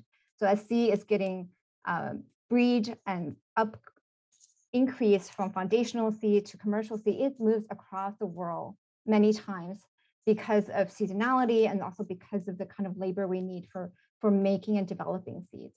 And then when our customers grow these seeds, the products that they produce moves across the world. So as other countries are taking on an anti-science approach in their regulation, it is not a good situation for, I think, US seed producers or US food producers everywhere. I think from our perspective, the USMCA and the China Phase 1 agreement has very strong language about biotechnology and science-based, risk-based regulation across the board that is consistent with international standards. So I think we need to enforce those. But from China's perspective, they just put out their 5-year strategic plan. And in that plan, they made a specific point that they are going to modernize their seed system in China. I think it would be they cannot achieve that goal without using technology. So my expectation is that in the future, the world, regardless where you are, cannot move forward without really taking on agricultural biotechnology like gene editing on board. And if you look at China's research strategy, they are spending a lot of money on gene editing. So we need to be prepared to be as competitive as we can from a research perspective, but also from an economic perspective. We thank you for your comments, and your time has expired, but the chair will now recognize the gentlewoman from Washington State, and she has one of her own University associate professors who's on our panel, and we're pleased to recognize Representative Kim Schreier for your 5 minutes. Thank you, Chairman Costa. Thank you, Chairwoman Plaskett, for holding this important hearing. And first, I want to take a moment to acknowledge Dr. John Oatley from Washington State University in my home state. Thank you for being here. And thank you so much for your invaluable work and taking the time to appear before my colleagues and me this morning. Speaking of Washington State University, I want to highlight a terrific example of the results of innovative agriculture research and biotech happening in my district, otherwise known as the apple capital of the world. More than 20 years ago, Washington State University's apple breeding program first started developing the Cosmic Crisp apple to be a perfect balance of taste, texture, and usability. And in 2019, these apples first became available for purchase in grocery stores around the country. It was a much awaited event. Today, WSU has planted 17 million Cosmic Crisp trees, all in modern, high-density trellising with a focus on the future of possible machine harvesting. Now, this apple was bred to have high acidity levels and sugar content that preserves the taste throughout harvest, storage, packing, shipping, and sale. And Cosmic Crisps can stay fresh for a whole year in storage, leading to minimal waste in packing houses. They also don't brown when cut. We've been talking about not browning. This revolutionizes school lunches, after school snacks, fruit salads, and it further reduces food waste, which we've already heard has a very detrimental effect on the environment in terms of methane. Cosmic Crisps are also relatively easy to grow compared to other apples because they don't have a lot of physiological vulnerabilities. And these unique characteristics minimize environmental impacts and ensure orchard sustainability, exactly what biotech innovation should seek to achieve. Dr. Chao, in your testimony, you mentioned research being done to develop heat tolerance in lettuce. And as I'm sure you know, the Pacific Northwest was hit with a record-breaking heat wave this summer that dramatically impacted agricultural yield and quality. Can you tell us a little bit more about this research and other innovative work done being to help farmers and ranchers, and maybe even whether that same type of engineering could extend to other crops like blueberries, and even maybe touch on heat, drought, and wildfire smoke? Sure, thank you. And I just want to put a plug in for our conservation side of the ASTA members. So for any time there is after a wildfire and you need to replant that, our members provide the seedlings and the seed to do that. So every time we make a new highway and there is this on the side highway, you can see wildflowers or grass, that's our members. So we don't just do fruits and veg and soy and cotton, we do all sorts of things. So I just want to give them a shout out on that. I think for drought resistant, it's a very interesting topic because there are two things that need to happen. When a seed goes into the ground, the water conditions has to be right for the seed to sprout. And then once the seed sprouted, the conditions have to be right for the plant to grow. And the plant sweats, I would say, just like we do. So it opens its pores and closes its pores depending on weather condition. And scientists are looking at that to see whether they can control that opening and closing of their sweat pores, if you will, so to decrease water loss. And Innovator, the website I keep talking about, actually has a really interesting story about lettuce, because the plant scientist, she was driving around and there was an abandoned gas station and there was a wild lettuce that was growing in the cracks. And she was like, this is not getting water, how is it grown? So she took it back to the lab and there she discovered how it was able to germinate and produce. So now they're trying to move that gene or that modification into lettuce that we eat. So it's nutritionally and it tastes better. I'm sure wild lettuce does not taste very good. So this is science, right? 95% perspiration, 5% inspiration. But science doesn't happen so quickly. Like these scientists have been working on drought resistant lettuce at UC Davis for 25 years. So gene editing just allows us to make it more efficient and more accurate and more effective. It doesn't change the fundamentals of science. It does not change the fundamentals of plant breeding, of making sure that that variety is performing as it needed throughout the year. So before anything hits our market, there are so much and quality control that goes into it before it comes. Like the cosmic apple, it did not happen overnight, right? And trees takes a long time, but the farmers have to make sure that everything is performing adequately before it reaches the consumer. So there's lots of layers of that. So I would really encourage you to check out the Innovation website to learn more about drought tolerant lettuce. Thank you very much. And I just have to add in a little joking way, inspiration, perspiration, and then transpiration. Thank you very much.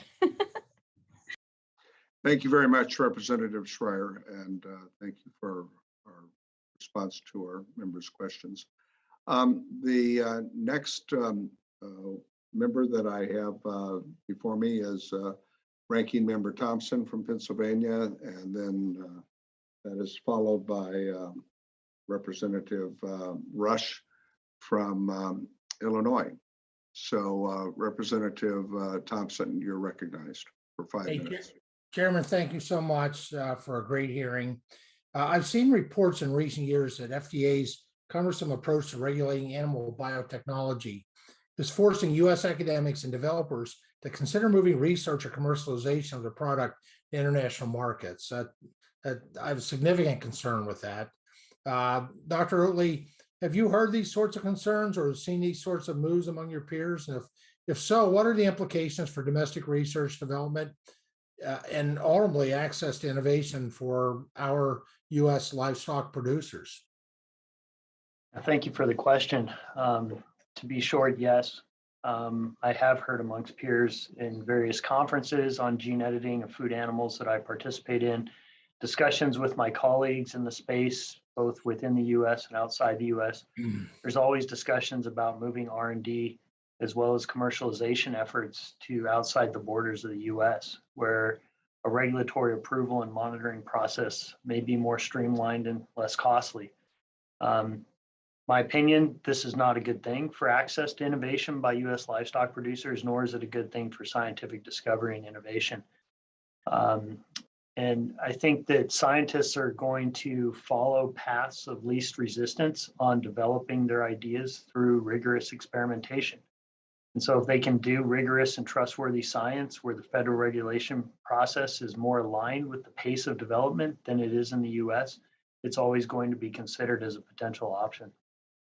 Dr. Oatley, thank you. I certainly concur with your opinion. I will say that whether it's FDA or USDA, United States bureaucrats should be the last to deny and to be a barrier to the continued leadership of U.S. agriculture when it comes to science, technology, and innovation. Over the past 2 administrations, we've seen bipartisan recognition of the importance of modernizing the nation's biotechnology regulatory framework. However, as many of you made clear in your testimony, work remains to ensure that our regulations are based in best science and are competitive globally. Now, whether USDA, FDA, or EPA, can any of the panelists give their opinion on particular areas that are in need of regulatory clarity, improvement, or modernization? And I'll leave that to any of the panelists that would like to respond. I can start. Go ahead. I was just going to say, absolutely, there's a lot of room for improvement. I think in the animal biotech area, in particular, also with gene editing, there are absolutely animals that have products that have been introduced in Argentina for approval before they were introduced in the US, even though the technology was developed here, because they didn't even know what the regulatory path was in the United States. And that's still unclear a decade after we've been looking at it. And so we definitely need to clarify those paths to market. And the reason we're talking about gene editing is because genetic engineering has been so slow to be able to bring more products to market. The technology is capable of doing much more than we're doing, but the regulatory burden and the cost is so high that we've moved on to new technologies. I think I would like to add that we definitely need to simplify regulations for gene editing where there is no foreign DNA inserted into the genome and changes can occur naturally. We also need to reconsider multiple generational testing. Considering animal life cycle, it takes many years before the studies can be completed. And finally, I think today we still consider modified DNA in the animal as a drug, and it's continued to be regulated. I think that's provides undue burden on producers and can really limit our ability to bring these products to the market. All right, very good. Well, thank you for that.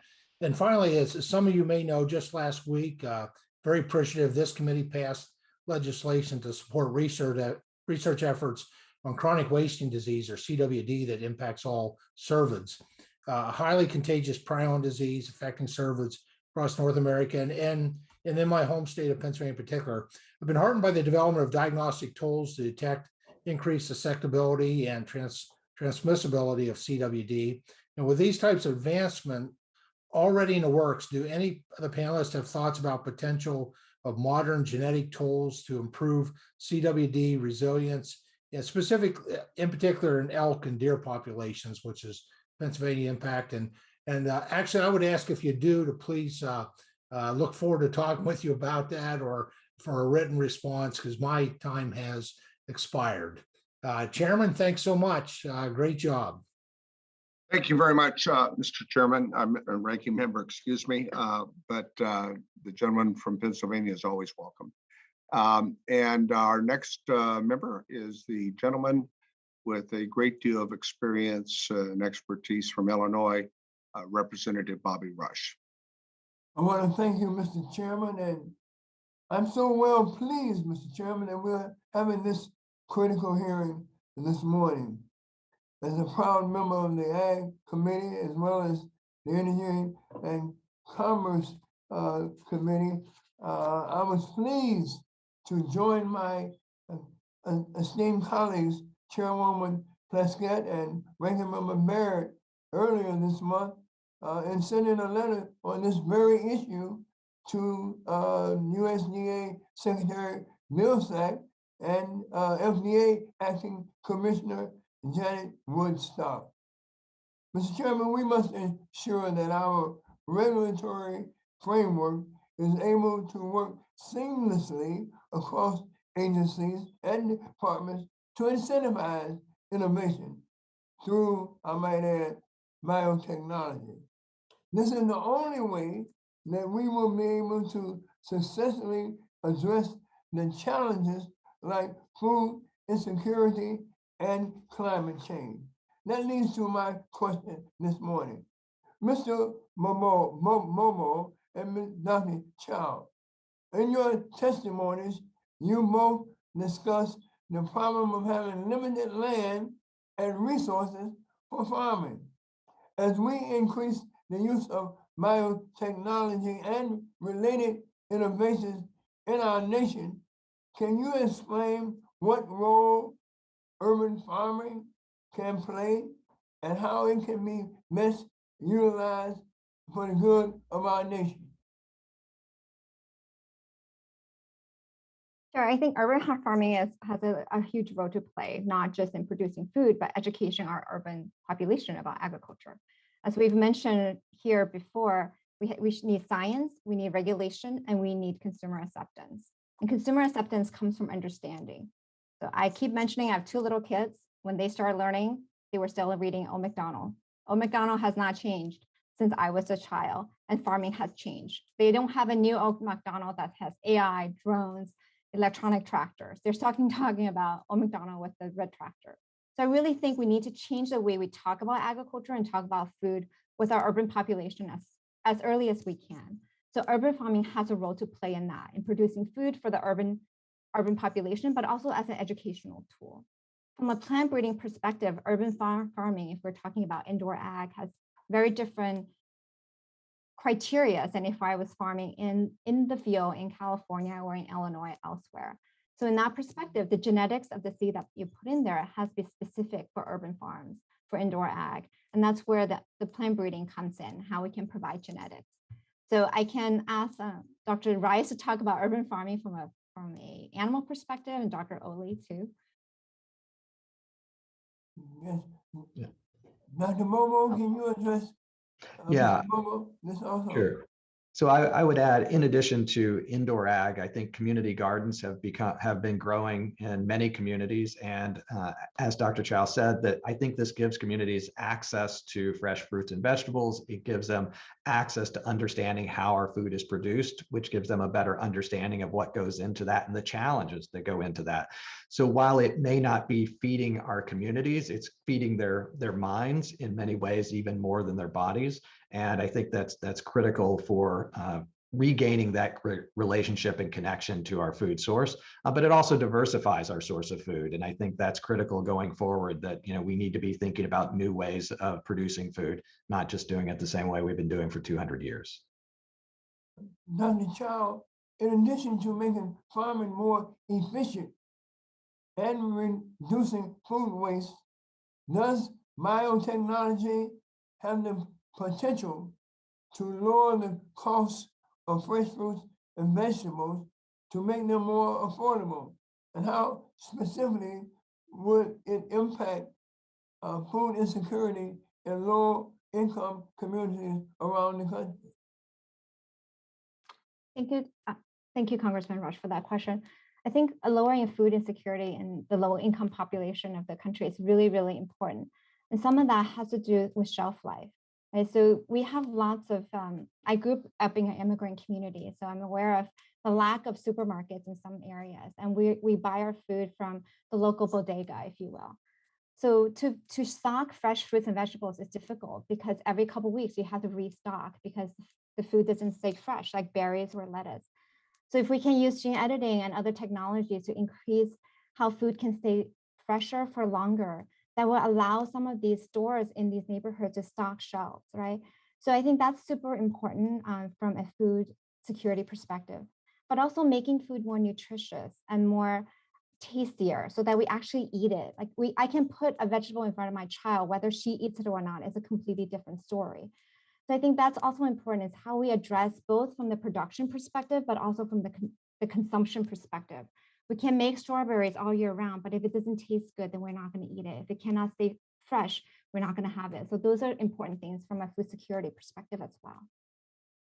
Thank you, Mr. Chairman. You're back.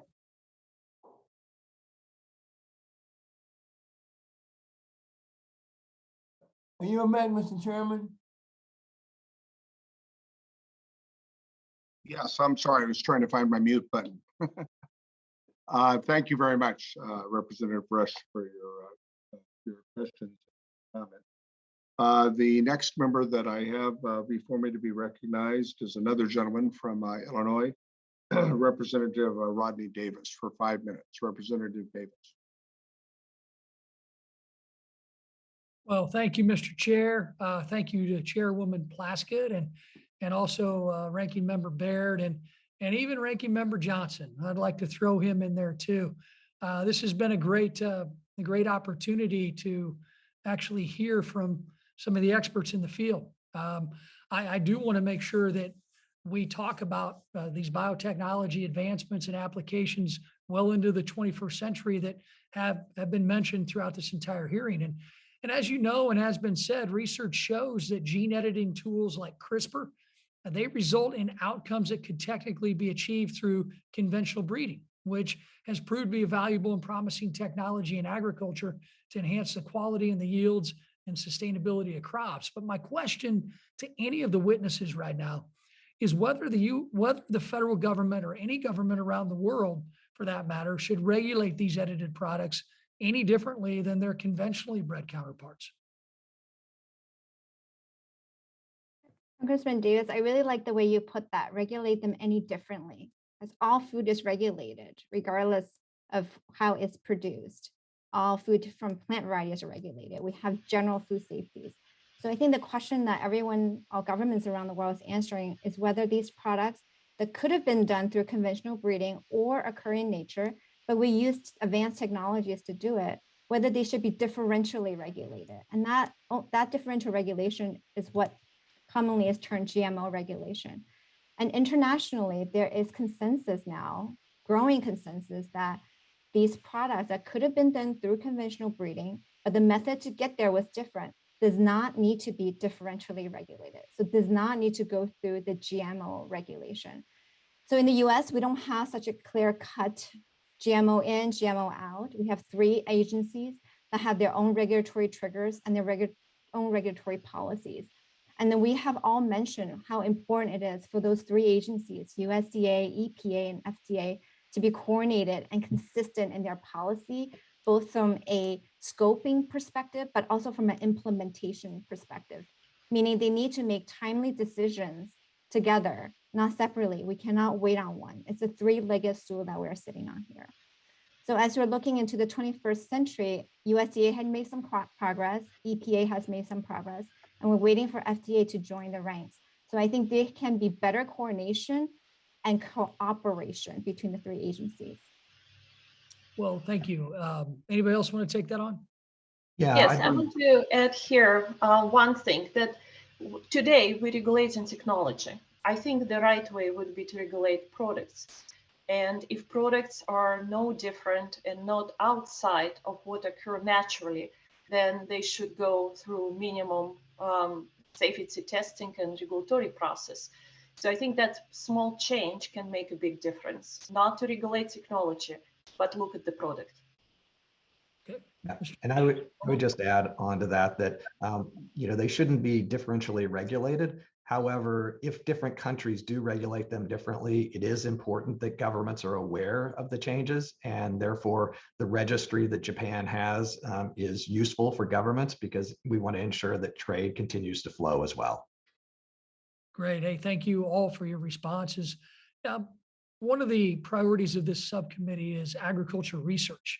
And how can we better utilize and leverage any existing federal research programs under NIFA or AFRI, and hopefully AGARDA also, once funded, to actually enhance technology and, more importantly, too, based on my previous question, the public's understanding of it, and also any suggestion any of you want to make about how we can, kind of let the USDA know what, and other regulating agencies, what we expect and what we should expect into the future. I think as a university professor, maybe I can begin to address that. And I think it probably comes as no surprise to hear me say that I think research funding in the public sector really is the heart and soul of innovation for biotechnology within the US. Many of the basic and most groundbreaking discoveries happen at our land-grant universities. I think our research programs live and die based on being or not being awarded extramural funding every year. And so every year, conducting research at a university becomes more expensive and competitive. And federal funding for biotechnology in the animal space has remained largely stagnant or even reduced. And so being an academic researcher can be quite stressful in not knowing whether you can keep a lab going from year to year. And it's becoming more and more of a challenge for faculty to convince the next generation of graduate students we're trying to train to follow in our footsteps and become academic researchers. So in my opinion, I think if the US is going to keep pace with other countries in science and innovation, we need to bolster federal funding for university research through USDA, NIFA, and AFRI foundational programs. I also think land-grant universities have an aging infrastructure for livestock research, and this needs to be addressed at some point. Well, Dr. Oatley, thank you for your response and your answers, and I couldn't agree with your final comments. I think it's important that we make those investments. The next gentleman is a colleague and a good friend of mine from the Sunshine State we call California, Representative Salud Carvajal. Thank you, Mr. Chairman, and thank you to all the witnesses joining us today. Dr. Oatley, biotechnology has great potential to help address many of the challenges facing agriculture in our society today. Academic research is essential as we advance these technologies. I have seen incredible progress made through universities in my district, such as Cal Poly San Luis Obispo. With your experience as the Associate Dean of Research at Washington State University, what recommendations would you offer Congress to help improve the ability to deploy or better utilize important innovations happening within our education system? Thank you for the question. I think at land-grant universities, our funding for doing research is primarily extramurally awarded by agencies such as the USDA, NIFA, AFRI foundational programs. I think that the funding for the foundational granting mechanisms through the USDA, NIFA, and the AFRI program is not kept pace with the cost of doing research. It's more expensive now to do animal research than it was even 5 years ago. It's more expensive for the personnel to do the research. It's more expensive to keep animals on a university campus to do research. It's more expensive to run the research labs. And yet the funding that's available through extramural grant awards has not kept pace. Our infrastructure is also aging.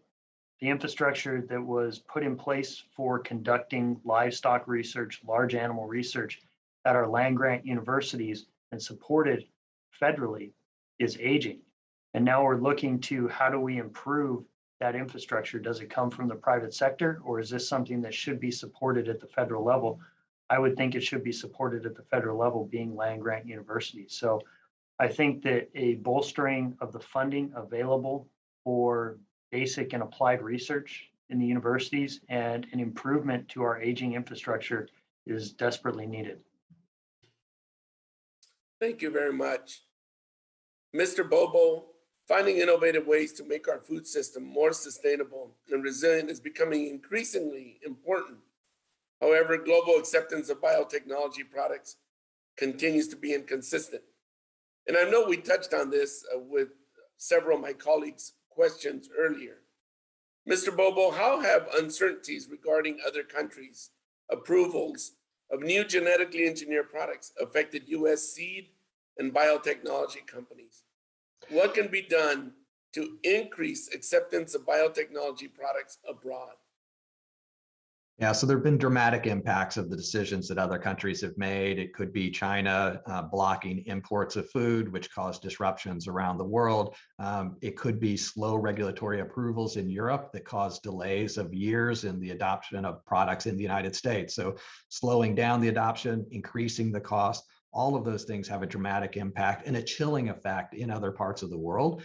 And so there needs to be more investment in other places, not just here in the United States. But to be clear, we invest 50 to 100 times more in medical health than we do in agriculture. And yet one of the biggest drivers of health impacts is food and the food choices we make. And so I think that there's a big opportunity to help other countries to develop technologies so that they have understand the benefits of these technologies for themselves.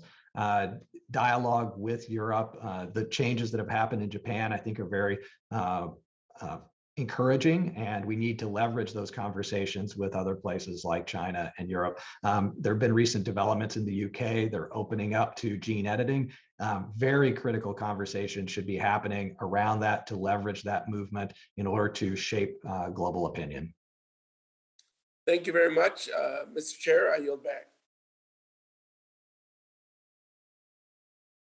I thank the gentleman from the Great Central Coast for his questions and observations.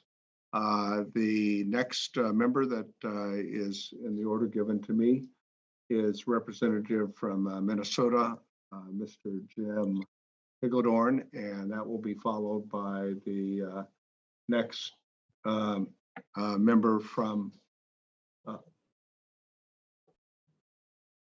Mr. Lawson, I believe. So I'm trying to let members know in terms of the order. So when you're up next, Mr. Hagedorn from Minnesota. Thank you, Chairman Acosta. I appreciate you and the other chairs and ranking members for holding this hearing and the witnesses for testifying.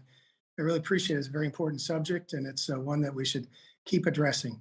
I happen to represent Southern Minnesota's 1st District, which has some of the great grain and livestock farmers in our country. We happen to rank number 2 for hogs as far as the value. I think number 3 for the number of hogs produced. And so, pork production is really important to us.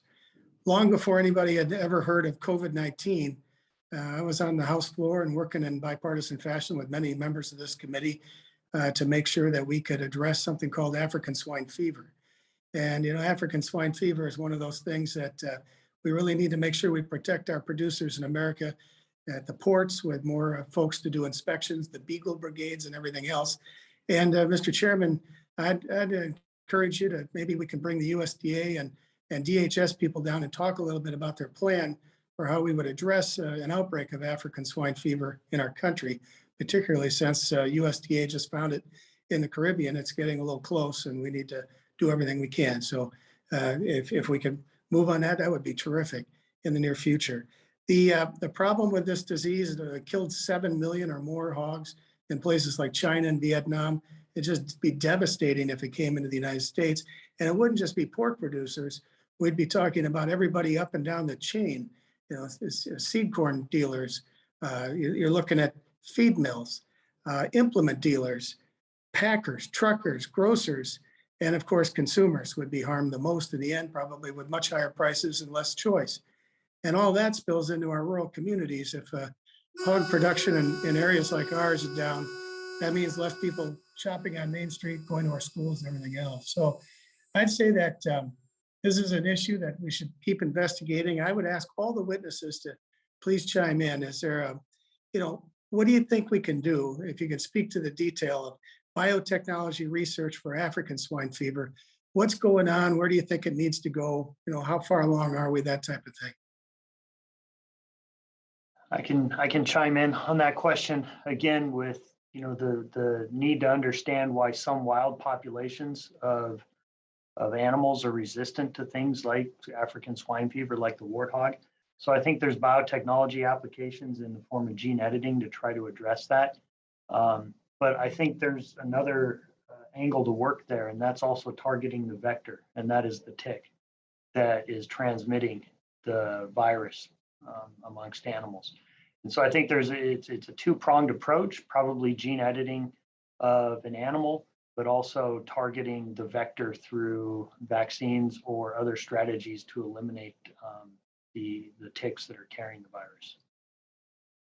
Something like that would be quite a bit down the road though, right? We're not talking about even next year. It could be a lot longer. So you'd recommend that the government do everything possible in order to protect the country, not allow those hogs and hog products to come in our country and disease our population, correct?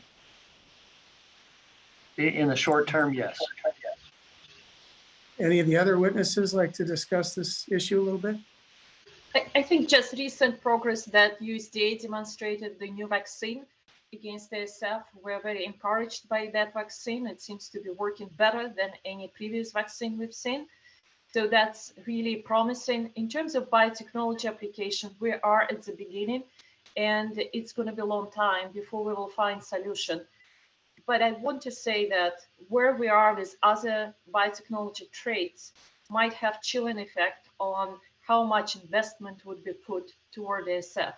If we cannot bring even products that already showed efficacy to the market, or it takes for a very long time and a lot of very expensive process, it does have a really chilling effect on how much investment will be in the future toward ASF and other diseases. So you recommend common sense regulations, streamlined regulations, working internationally and everything else, right? Absolutely. Make it faster. That would really help. And I only have about 20 seconds left. I appreciate your answers. It's really a subject we're going to continue to press upon. It would be just devastating to our consumers and everybody in the hog industry if we had an outbreak in the United States. So I appreciate everybody supporting this effort. Mr. Chairman, I yield back. The gentleman yields back his time, and the chair will now recognize the gentleperson from Florida, Mr. Lawson, for 5 minutes, and that will be followed by Representative Feenstra from Iowa. Representative Lawson, you are recognized. Thank you, Mr. Chairman, for this meeting and ranking member. And I welcome all the members to the panel. Mr. Oakley, you spoke a little about how America's negative perception of food derived from the GMOs has presented a major barrier of advancing biotechnology application to improve livestock productions. Now, the critical question is, what are some of the things that can be done, especially by Congress, if we can do anything, to increase public approval? Thank you for the question. Yeah, I think that the public acceptance of biotechnology applications in food is absolutely critical.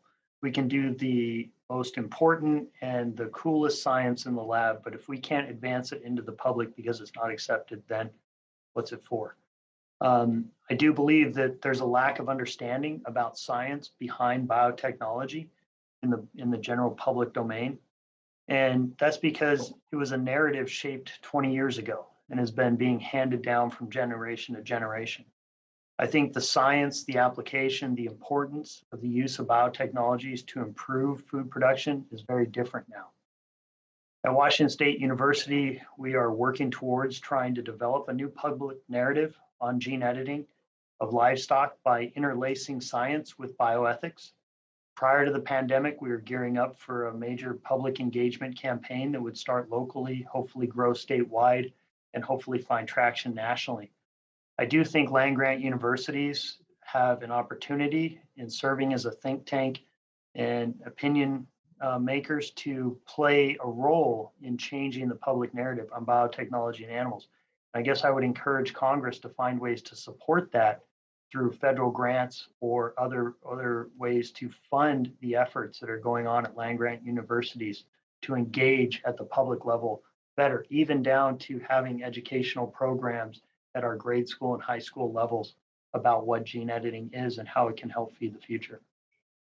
Okay, thank you very much. And within the U.S., multiple federal agencies have regulatory jurisdiction over approval of agricultural biotechnology, as you just mentioned earlier. And traditionally, the process for approval is time-consuming and burdensome. And this is for the whole panel. In your opinion, what are some changes that need to be made to streamline the process of approval and to ensure that small and mid-sized companies can still compete in research and innovation in agricultural biotechnology for the whole panel? Well, I would just jump in and say that the lower the regulatory burden, the more companies will be in the field. It's guaranteed that if we can minimize the red tape, that more companies will be able to do it and bring products to market. Second, I would say that we still need more investment, and that would benefit small and medium-sized companies more than others. And finally, to the consumer acceptance piece, we need to bring products to market that people want and love. In Japan, they're bringing a tomato that lowers blood pressure, and they're selling seeds directly to consumers, so you can grow these heart-healthy tomatoes right at home. And so, we need to think about products that are going to be relevant to consumers. Hey, Congressman Lawson, I think that is one of the things, is to have a product that excites the consumer's imagination, right? So we cannot ask consumers to accept technology. I think that's difficult. We have to ask consumers to think about what is important for them from a food perspective.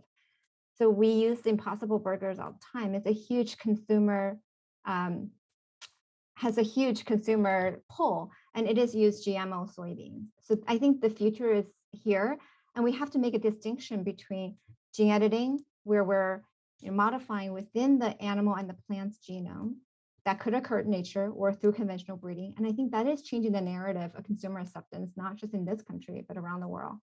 Dr. Oatley, I'm sorry, I cut you off.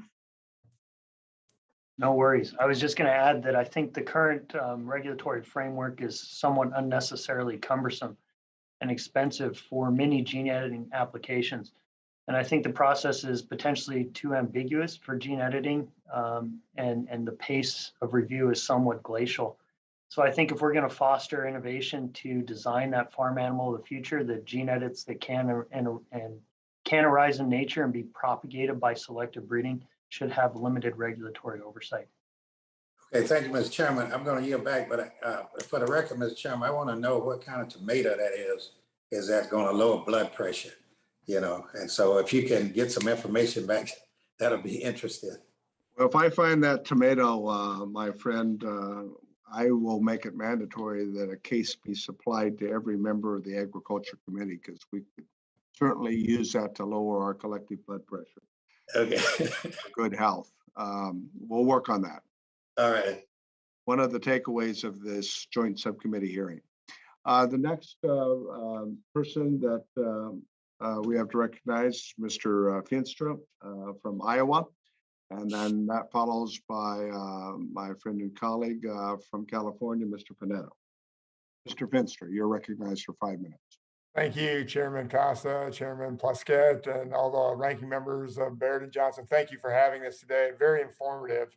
As many of you know, Iowa's Norman Borlaug and all his work contributed extensively to increases in agriculture production using genetics and gene editing and things like that.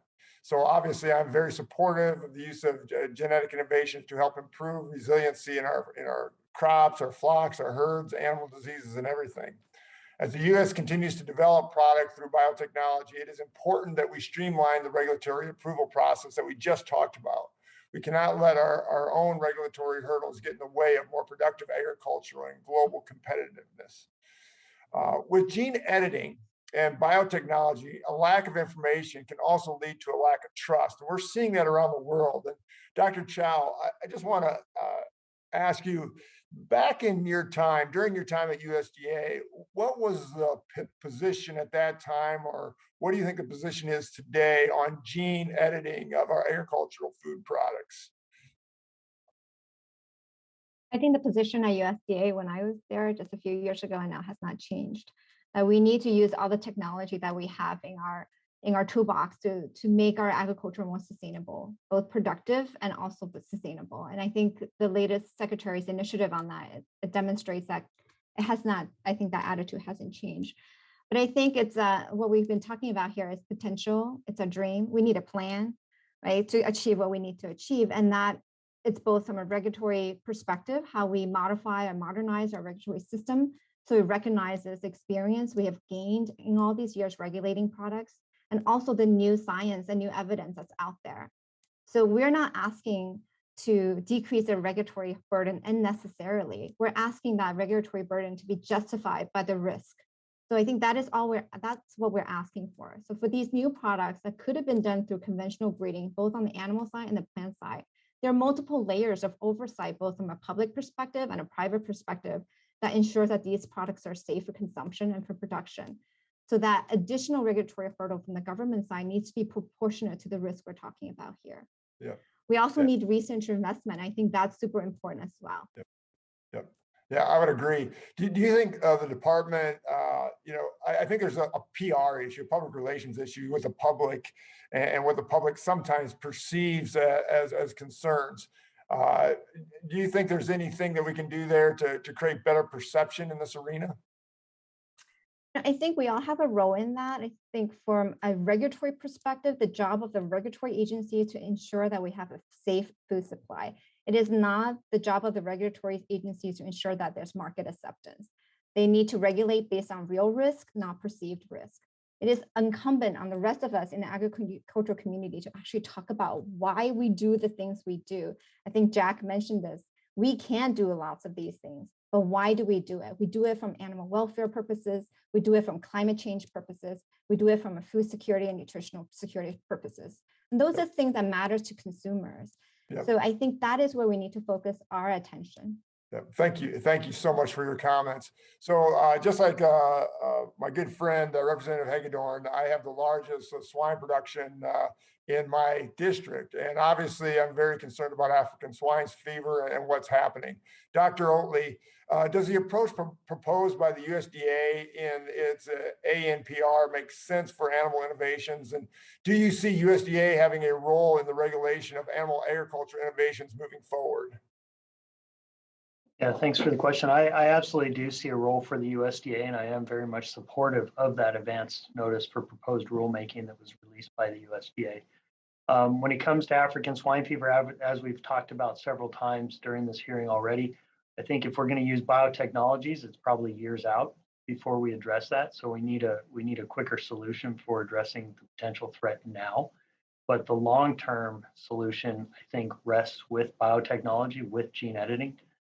Again, I think the pace at which the discoveries can be advanced from concept in a research lab to developing through a research and development pipeline and then getting into commercial channels is influenced greatly by the federal regulatory landscape. And so some sort of coordinated landscape process that is coordinated between the USDA and the FDA, I think is critical going forward.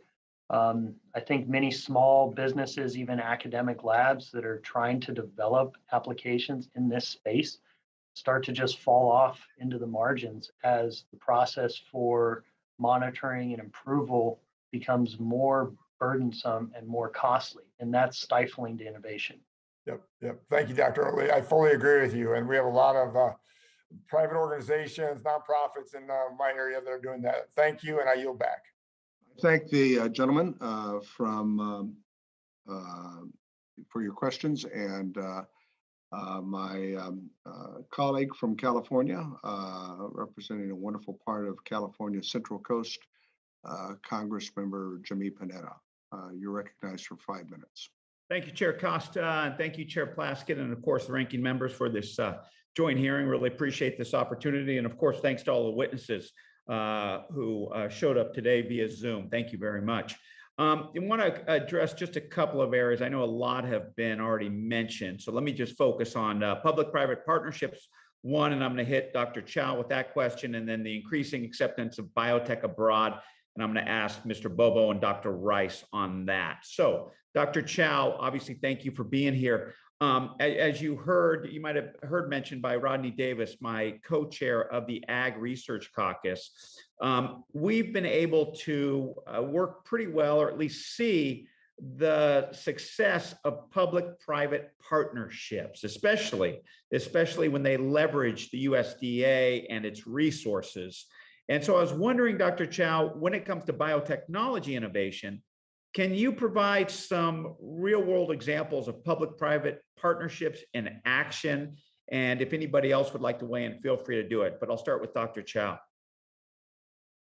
I think as you look at public-private partnership that's funded by USDA and NIFA, we have to focus on gene editing. Because of the regulatory burden for traditional GM products, they have never invested in that because they cannot meet that regulatory hurdle.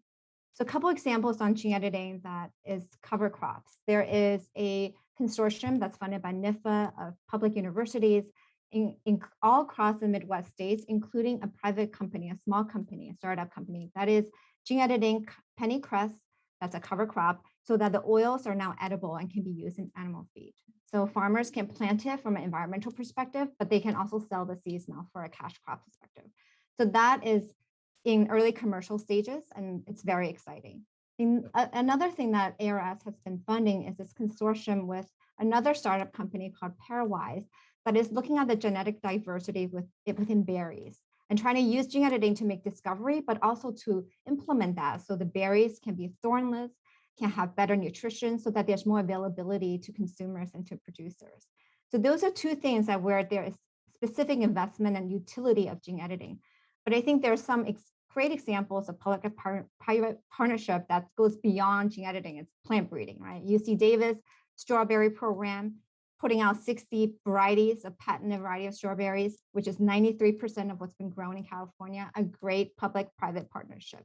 The GEM program, the germplasm for maize, land-grant universities, private companies bringing new corn germplasm into the US. So those are two great examples on the plant side for continued public-private partnerships.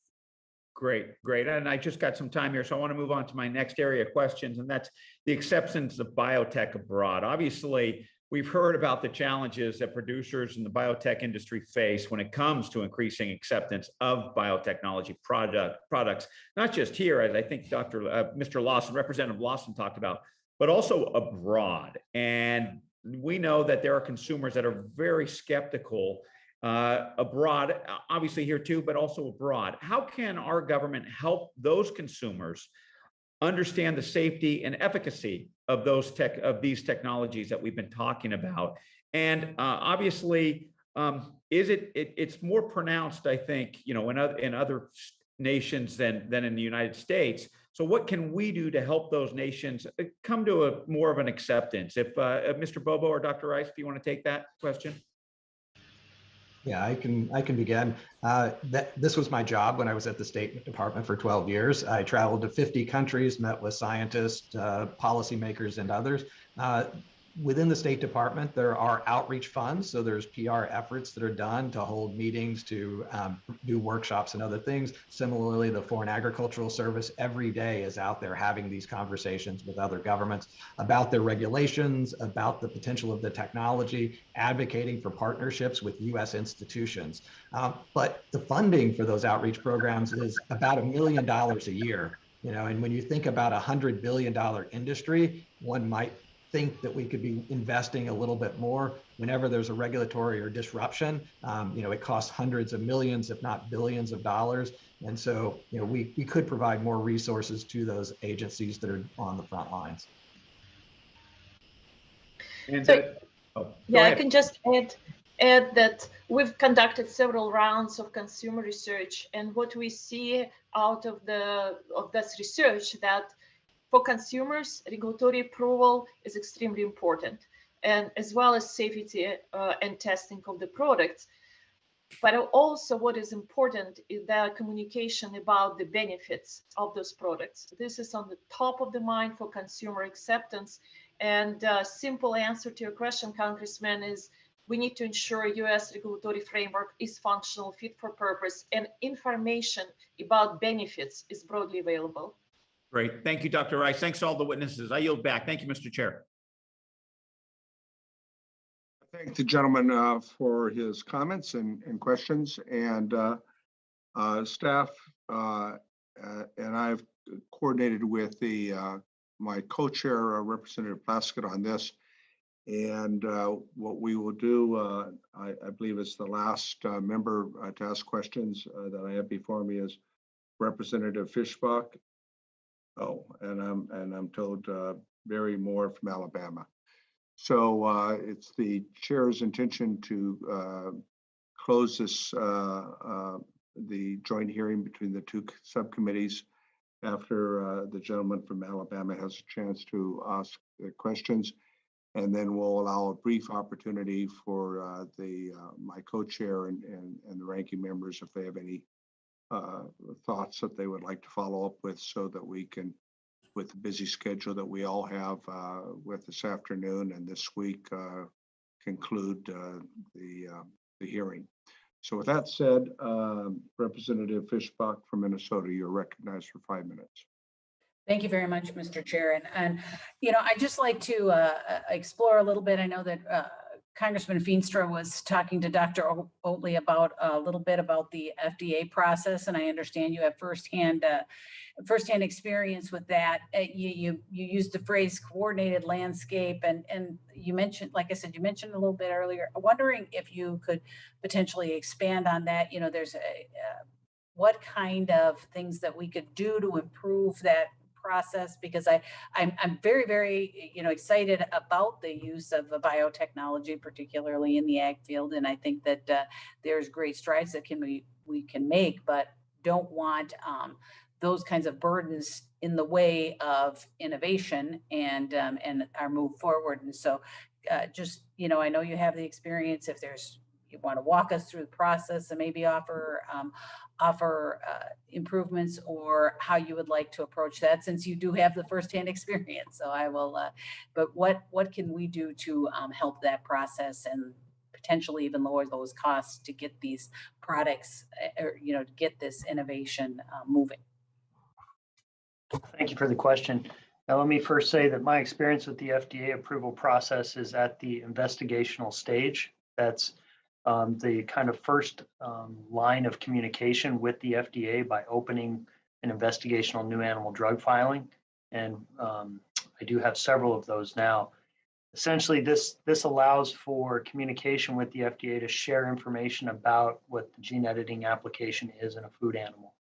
The FDA has created a few other channels that are less bureaucratic, but really they all converge into this first step of having an investigational new animal drug filing, when you're going from concept of gene editing application to trying to get final approval that would be in the form of an investigational new animal drug filing.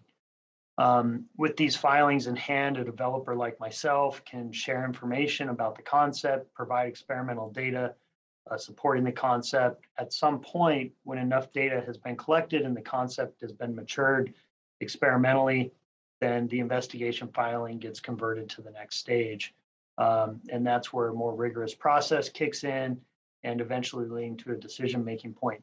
I think the challenges for developers like myself is the ambiguity in what defines the next steps, the ambiguity in what information is needed to progress along the process. And in my experience, it seems like it's a show me what you got and we'll tell you whether it's good enough approach. And that's discouraging for early stage investigators. It's also somewhat expensive if you're not a nonprofit organization. So every year that investigational new animal drug filing exists, there's a maintenance fee that's rather hefty that must be applied. We get exemptions by being a land grant university from having to pay that fee. But if we were a small business or a large company, we wouldn't have those same exemptions. And so it becomes quite expensive to maintain those filings, which I think suppresses the small business early stage developers. I think that having a process where we can streamline the assessment and the approval in such that changes in the DNA that are being made to animals that can and probably do arise in nature are addressed with enforcement discretion and have limited oversight, because we're probably already eating products from animals that have these changes at some level. We just don't screen millions and millions of animals looking for that rare variant. And so I think there needs to be different sets of criteria, different paces of oversight, different paces of approval, and different costs of those approvals based on the type of gene editing that is being pursued. Thank you very much. And I just have a few, less than a minute left. If any of the other panelists wanted to add to that. Well then, thank you very much, Mr. Chair, and I yield back. I thank the gentlewoman for her comments and questions. The next member of the subcommittee is Mr. Moore from Alabama, who is recognized for 5 minutes. Thank you, Mr. Chairman, and I appreciate all the witnesses appearing before the committee today. I'd like to follow up on a few of the questions so far relating to the federal regulations of the biotechnologies. Many countries around the globe have a single regulatory entity that oversees agricultural biotechnologies. But in the United States, we have three: the USDA, the EPA, and the FDA. Dr. Chao, for our education, can you provide sort of a brief overview of what each of these agencies play? What part? Sure. I'll just talk about it from the plant perspective, where three agencies play, and it's based on what the intended product will do. So FDA will regulate food and feed to make sure it's safe for animals and humans to consume. USDA will regulate the products for agricultural purposes, so it's safe for planting. And EPA, it regulates products if there is an intended pesticidal effect. It's a little bit in the weeds. So only a specific plant that perhaps is bred to protect itself against pests, EPA will regulate that. So in this way, to Dr. Oli's point, if you're a researcher in a university, trying to figure that out is pretty difficult. And so USDA and FDA and EPA actually has a joint website now that you can ask a question, says, this is my product, who should I talk to? And they jointly have to respond to an answer. So there are efforts to streamline the process and make it more approachable. Okay, thank you, Dr. Chao. I have no further questions, Mr. Chairman. Thank you. All right, thank you very much, Mr. Moore. And I believe our last member to ask questions or make some comments is Representative Letlow from Louisiana. You're recognized for 5 minutes. Thank you, Chairman Costa, and thank you to the witnesses for your time and testimony here today. Agriculture research and innovation is at the forefront of agriculture resiliency and sustainability across this nation and abroad. Whether it's adopting new practices, implementing new technologies, or mitigating for potential risks, research plays an essential role in the implementation of new biotechnologies. In my home state of Louisiana, the LSU Agricultural Center is one of 9 campuses of the LSU system. Its main focus is on research, extension, and teaching to make advancements that will benefit future generations. Research conducted by the LSU Ag Center examines ways to expand the food and fiber supply while improving agriculture's valuable contributions to the state's economy. Through Dr. Mike Deliberto's research on production agriculture at the LSU Ag Center, advances in biotechnology have allowed commodity producers to increase output in an efficient manner. One example of this great work is the rice breeding project at the H. Rouse Caffey Rice Research Station in Crowley. Their primary objective is the development of superior varieties with emphasis on herbicide resistance. In addition to studies examining the direct or indirect contributions of variety development like milling quality and mutation breeding. In 2019, the Food and Drug Administration indicated that it would develop guidance for foods derived from new plant varieties produced using genome editing. However, it is now late 2021, almost 2.5 years later, and FDA has not yet published this guidance. To any of the witnesses, how important is it to the research and developer community that FDA clarify its approach to gene editing? And secondly, does the current lack of guidance have any impact on the consistency of the regulatory approach to gene editing internationally? Congresswoman Ludlow, if you can allow me to start, I'm sure everyone has an opinion on this. I think it's really important, as the previous congressman mentioned, we have 3 agencies. So the 3 agencies need to be coordinated, not just in their regulatory approach, but they're in timelines. So right now, FDA not putting out their clarifying policy, it is a bit concerning, right? So we do need all 3 agencies to be coordinated. From an international perspective, it makes it difficult for us to advocate from a public sector perspective, from a government perspective, because our house is quite not in order. So in that way, we need our 3 agencies to get together to get our house in order so we can remain leaders, not just in research and development and in commercial production, but also in regulatory science and regulations.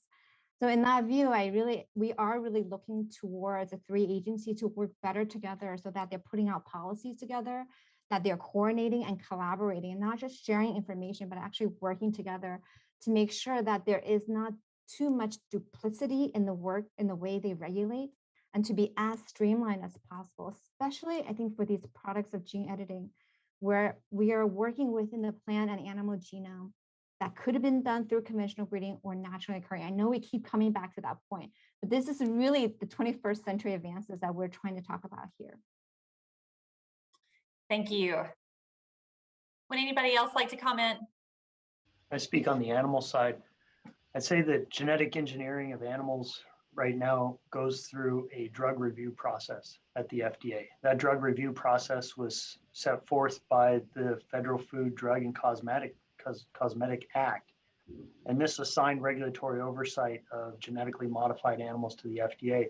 Through interpretation of that authority, substances other than food that affect the structure and function of an animal are considered to be a drug. And so as molecular elements like DNA that alter the genome of an animal are now considered a drug. And this act was established during a time of genetic engineering called transgenesis that used recombinant DNA to alter the genome, put something foreign into the genome. That's not the state of the art for gene editing. And so I think continuing to regulate it as a drug in changes to the DNA that can and do arise in nature is not aligned with the state of the art of the science as well as the pace of development. Thank you for I this think comment. another critical point here to bring up that the absence of clarity today between 3 agencies, the fact that animal gene editing is being regulated as drug, but not in plant gene editing, all confuses our consumers. And what we see is that when consumers confused, they refuse to accept the technology and products that originate from the technology. And that's what we see as a major issue today, because at the end, the products only will be available to the market if consumers will accept them. Thank you so much. I appreciate those responses. Mr. Chairman, I yield back. I thank the representative for yielding back. Her time has expired. And now, with the support of both subcommittees, I'd like to bring this hearing to a close. Mr. Johnson has indicated that he has had to leave for other appointments. Mr. Thompson, do you have any closing comment you'd like to make? I guess not. Mr. Baird, do you have any closing comment you would like to make?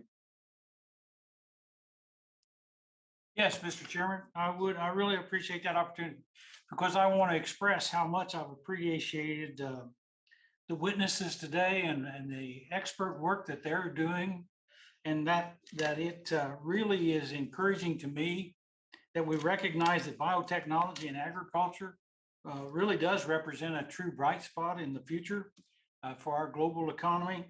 And so with that, I just want to say that that we also, in the discussions today, recognize that we need to ensure that regulation does not stifle the innovation, and the appropriate agencies regulate the technology of agriculture, and that where interagency cooperation and regulation is unavoidable, that it happens efficiently. So I can't tell you how much I enjoyed hearing the witnesses today.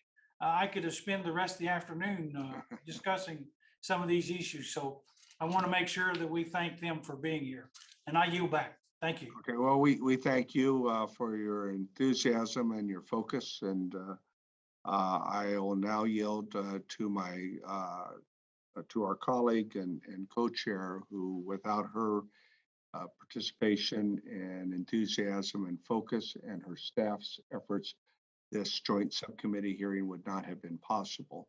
So Chairwoman Plaskett, for any closing comments you might like to make. Yes, thank you, Mr. Chair. And thank you so much to my colleagues on both sides of the aisle for what I believe was an extremely informative discussion. And of course, to the witnesses who their expertise has been invaluable to us, not only understanding what is happening in this field, but supporting us in trying to make decisions about how Congress plays a role in this. As we bring the hearing to the close, I of course want to thank the staff, both mine, yours, Mr. Costa, as well, in particular, the committee staff who've made this possible, and our colleagues who took time to be here and ask really pertinent questions. As the last year has made abundantly clear, it's crucial that we continue to find ways to increase the resiliency of our food and agricultural systems.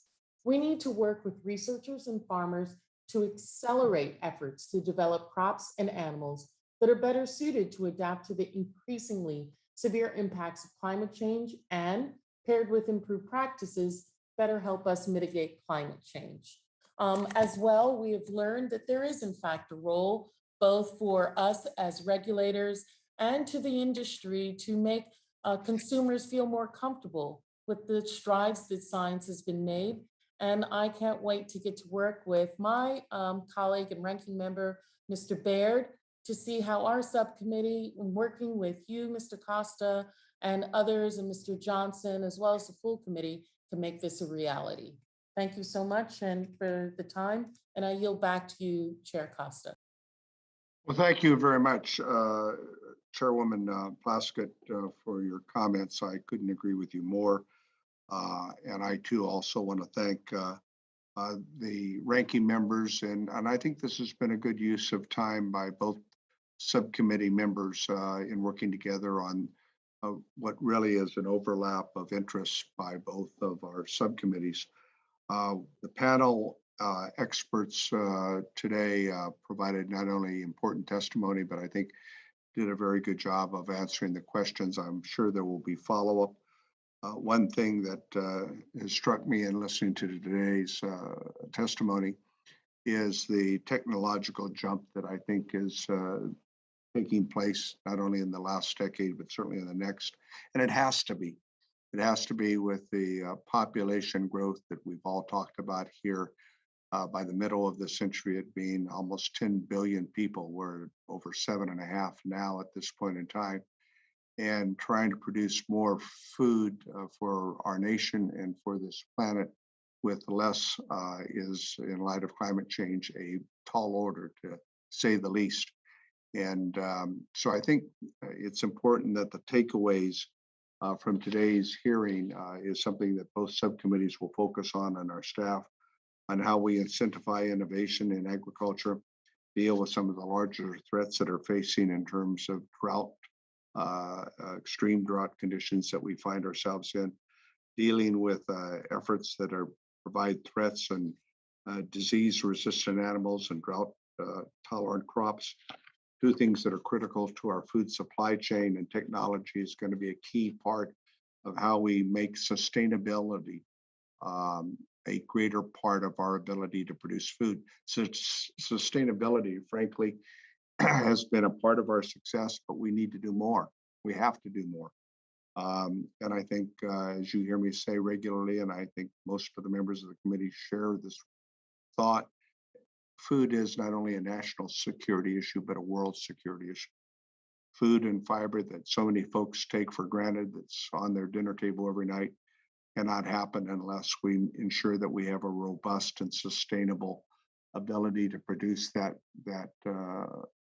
absolutely necessary nutrition for our sustenance. And it's important that with the global dynamics changing, that we integrate new technologies in agriculture and that we can prepare for that change.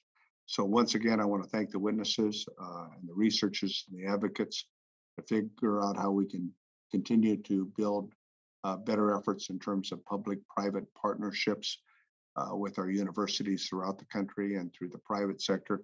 It has been, I think, a key on how we've done so well thus far, but obviously we need to do more and have it scaled neutral for new technologies for our agricultural producers.